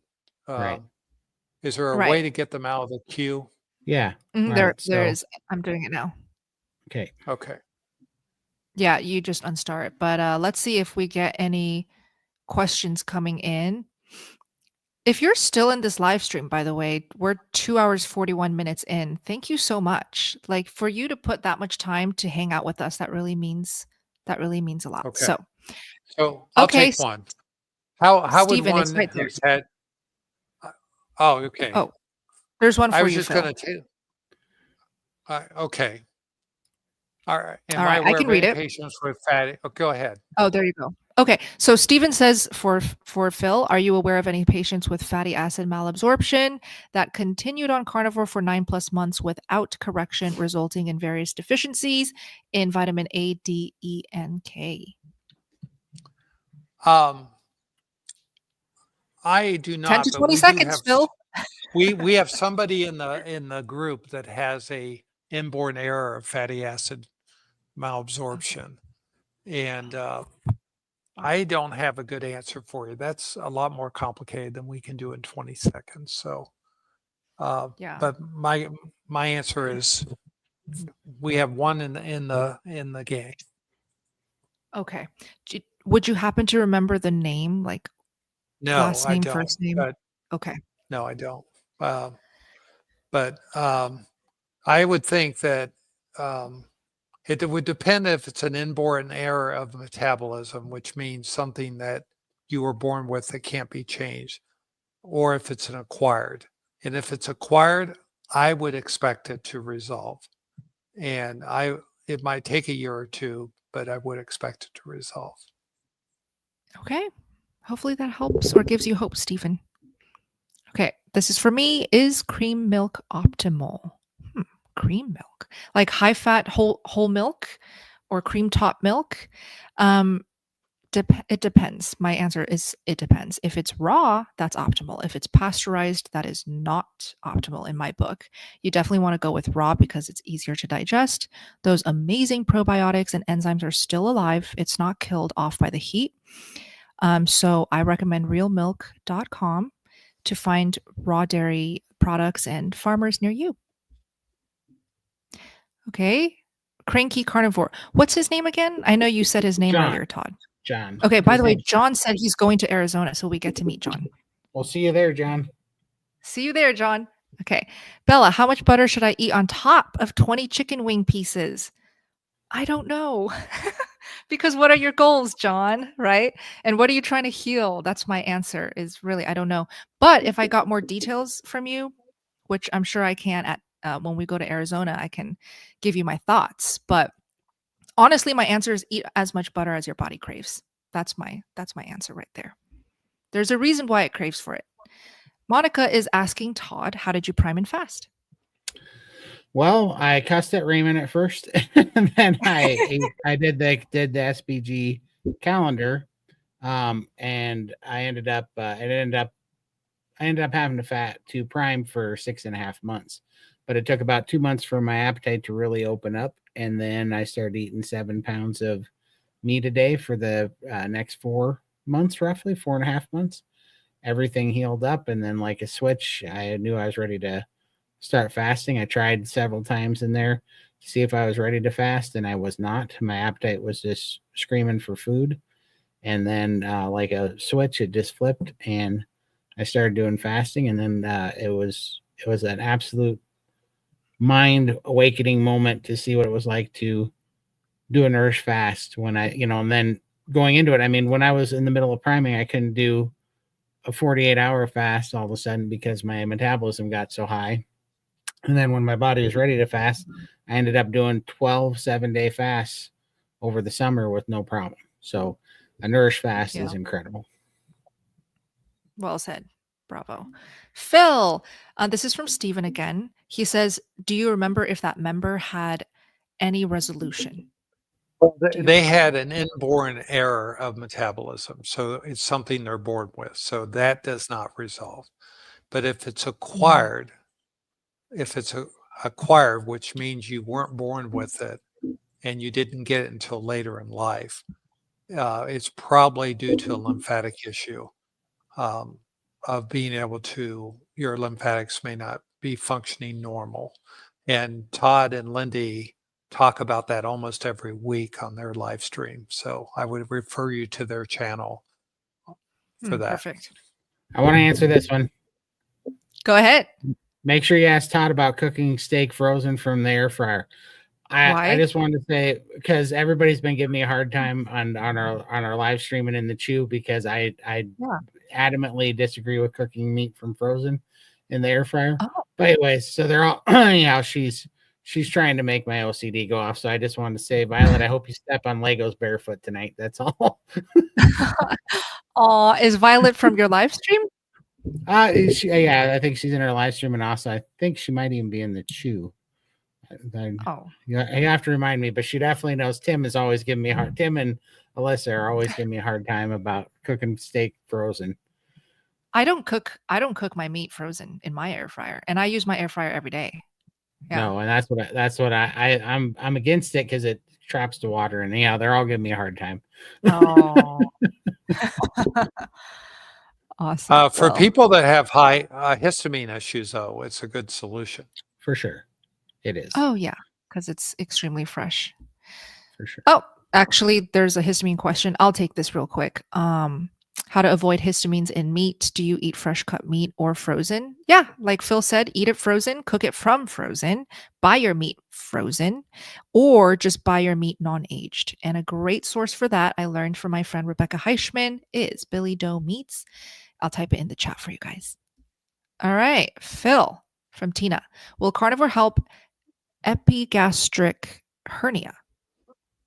Well, it won't resolve a hernia. So if you a hernia is a defect in the abdominal wall, and but if you go carnivore, you can reduce inflammation a lot.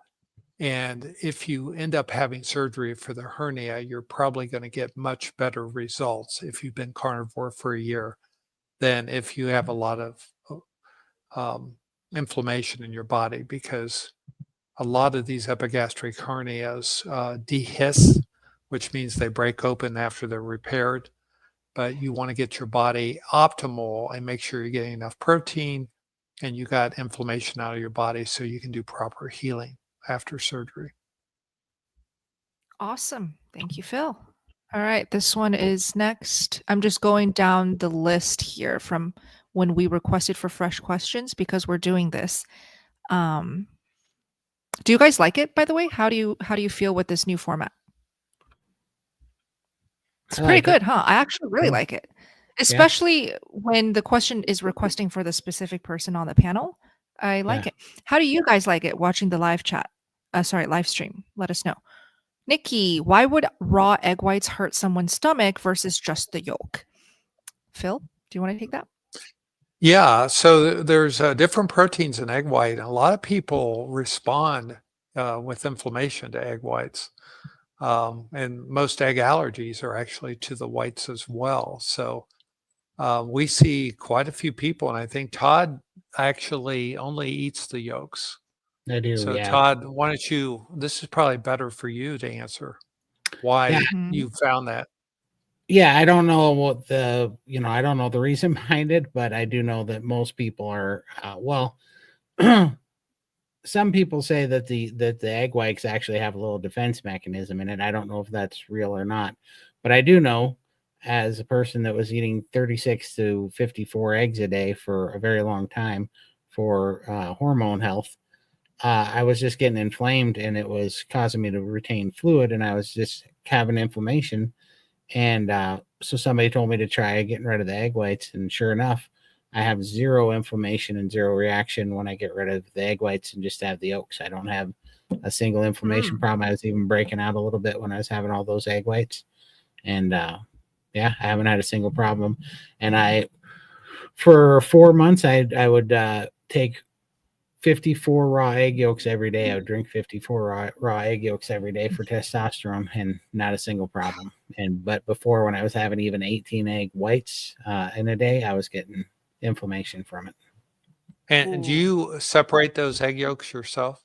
Yeah, I do. You buy fresh eggs? Yeah. Yep, I do. It's a pain in the butt. I get a big bowl. I crack all, because I do them 18 at a time. And I get a big bowl. I crack 18 eggs in it, and then I have a big flat spoon. It's about like that. It's like a flat ladle. Like a slotted? Okay. Yeah. And I just take them and I take the yolks out. It's the fastest way I've figured out how to do them in bulk. Oh, that's smart.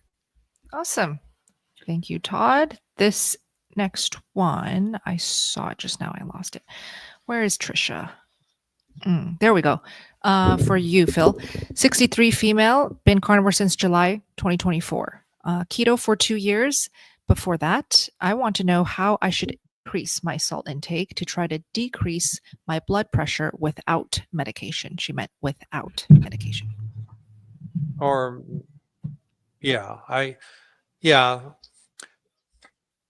that's hard to know. That is something is so variable from person to person. But I'm sorry. I don't want to give a specific answer to this because that's a little too prescriptive for me. That's okay. I think you should increase your salt intake. Most people aren't getting enough. And if you're going to try to get off your blood pressure meds, work with your doctor. And I always recommend get on a regimen where you check your blood pressure morning, noon, and bedtime and track it. Make a small incremental change with your salt intake. And you do a week, doing it 3 times a day for a week, then make an incremental change and do another week and see what happens. Because over time, you've got to write it down. You got to write down what the incremental change is, and you got to record what your blood pressure is.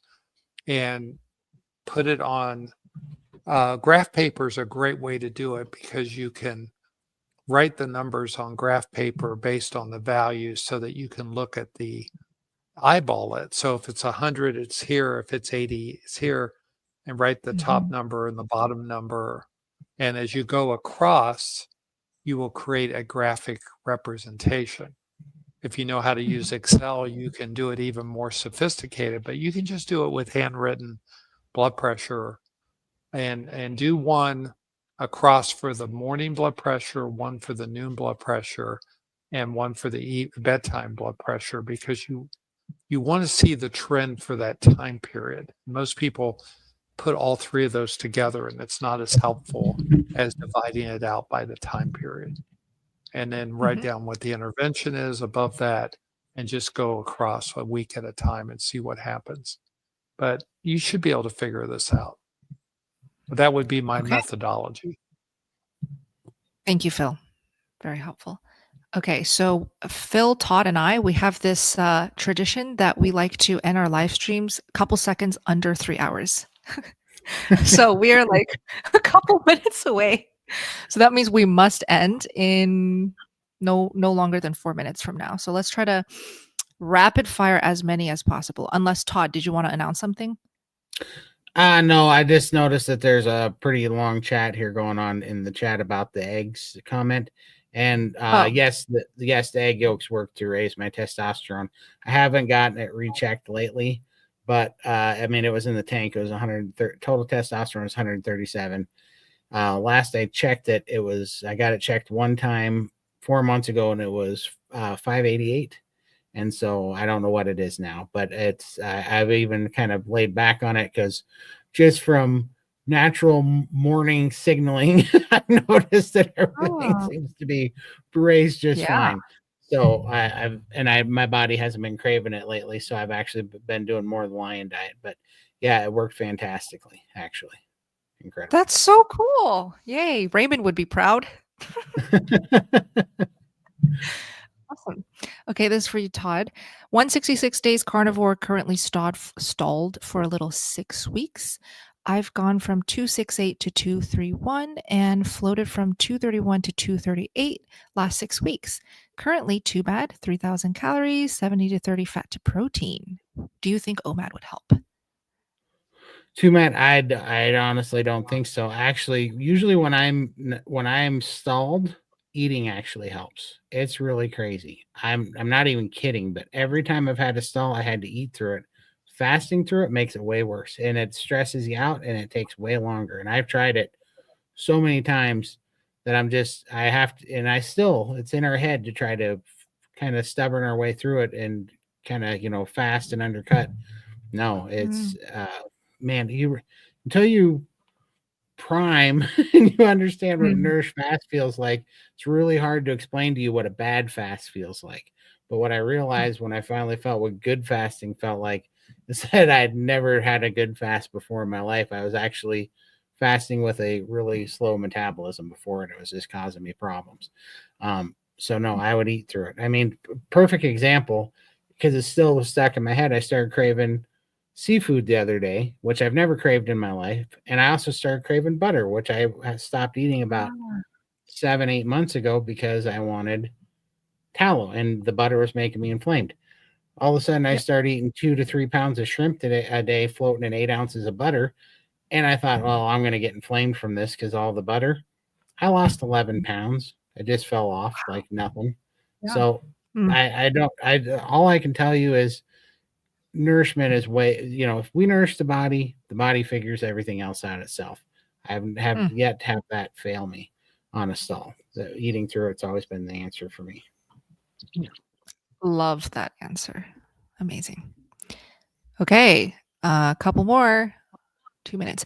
Violet, Bella, how long were you carnivore before you lost your Buddha belly? So, man, I have to think about this because I initially gained weight. I want to say 6 months. I will say 6 months because my initial weight gain lasted for a couple months. But even through that weight gain, my bloat started to come down like a lot. So with consistency and with trusting the process and really nourishing, like Todd said, making sure I'm nourished, the Buddha belly went away. Okay. Right, sure. Mike. Bella, was dating weird on carnivore and fasting? When I went carnivore, soon after I went carnivore, I met Matt, who is now my husband. So I really didn't date much I dated Max, and then we got married. So that was fun. Okay. How do I, oh, this is for Todd, and this is the last one we can do.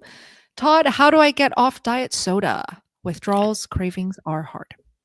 So yeah, they're the worst ones I've had. That was my worst addiction by far. I used basically I used sparkling mineral water, electrolytes, and lemon juice as a bridge for 5 weeks. But I ate my way through the cravings, and I had to get really strict on having nothing else, just BBB and E, and I had to eat my way through the cravings.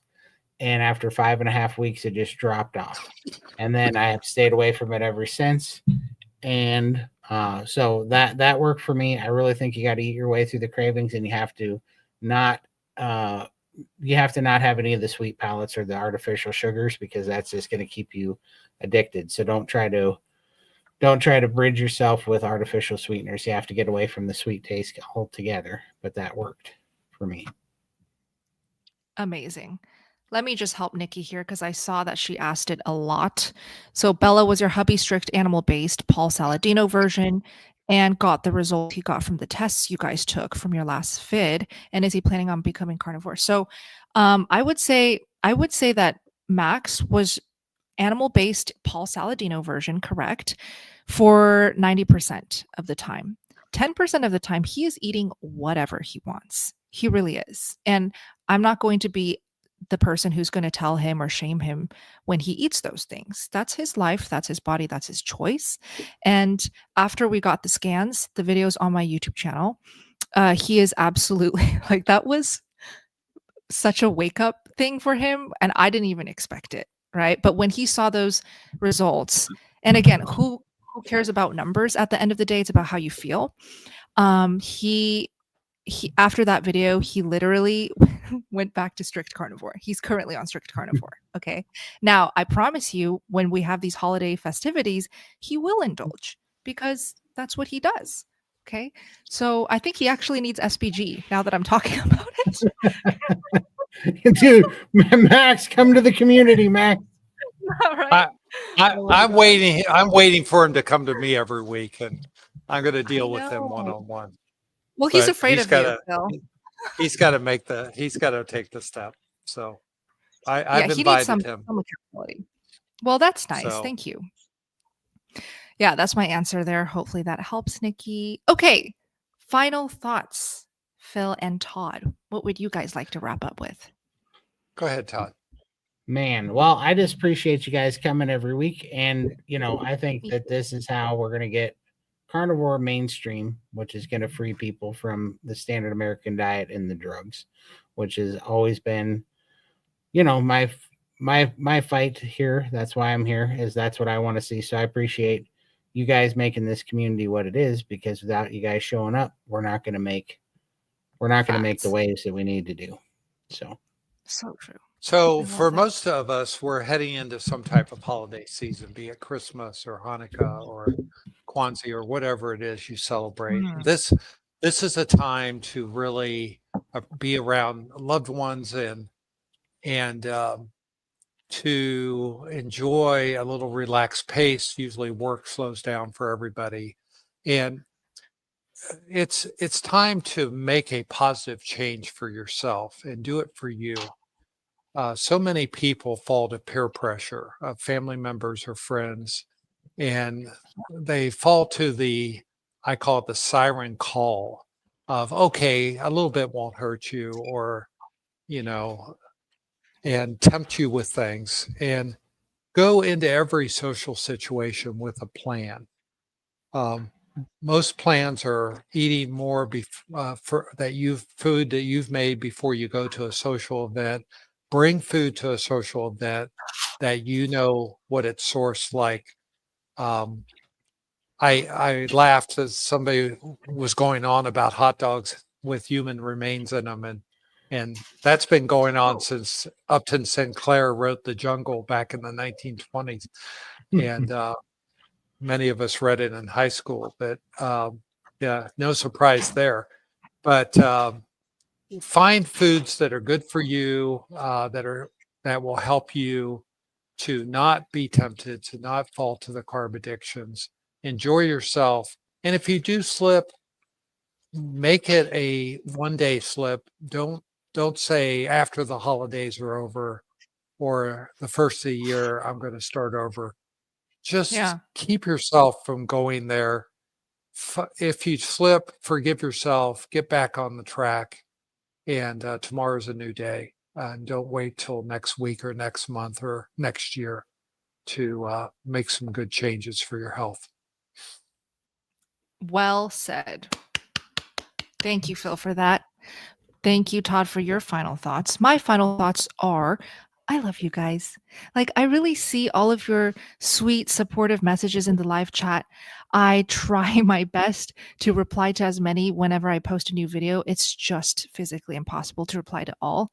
But I love you guys. And I really appreciate your support. I really appreciate that you guys even come to these live streams and interact with us, and that you come back week after week after week. This is why I show up, because of this community. You guys are so awesome. I can tell you right now, when I was in the vegan community, felt nothing like this. It was so different. It was so different. So I'm very grateful that I landed in this one, and I'm here to stay. So thanks for the support. Happy holidays. Sending love to all of you guys. And we will see you next week at our next live stream. Love you all. Yeah. Thank Love you. you. Take care. See you.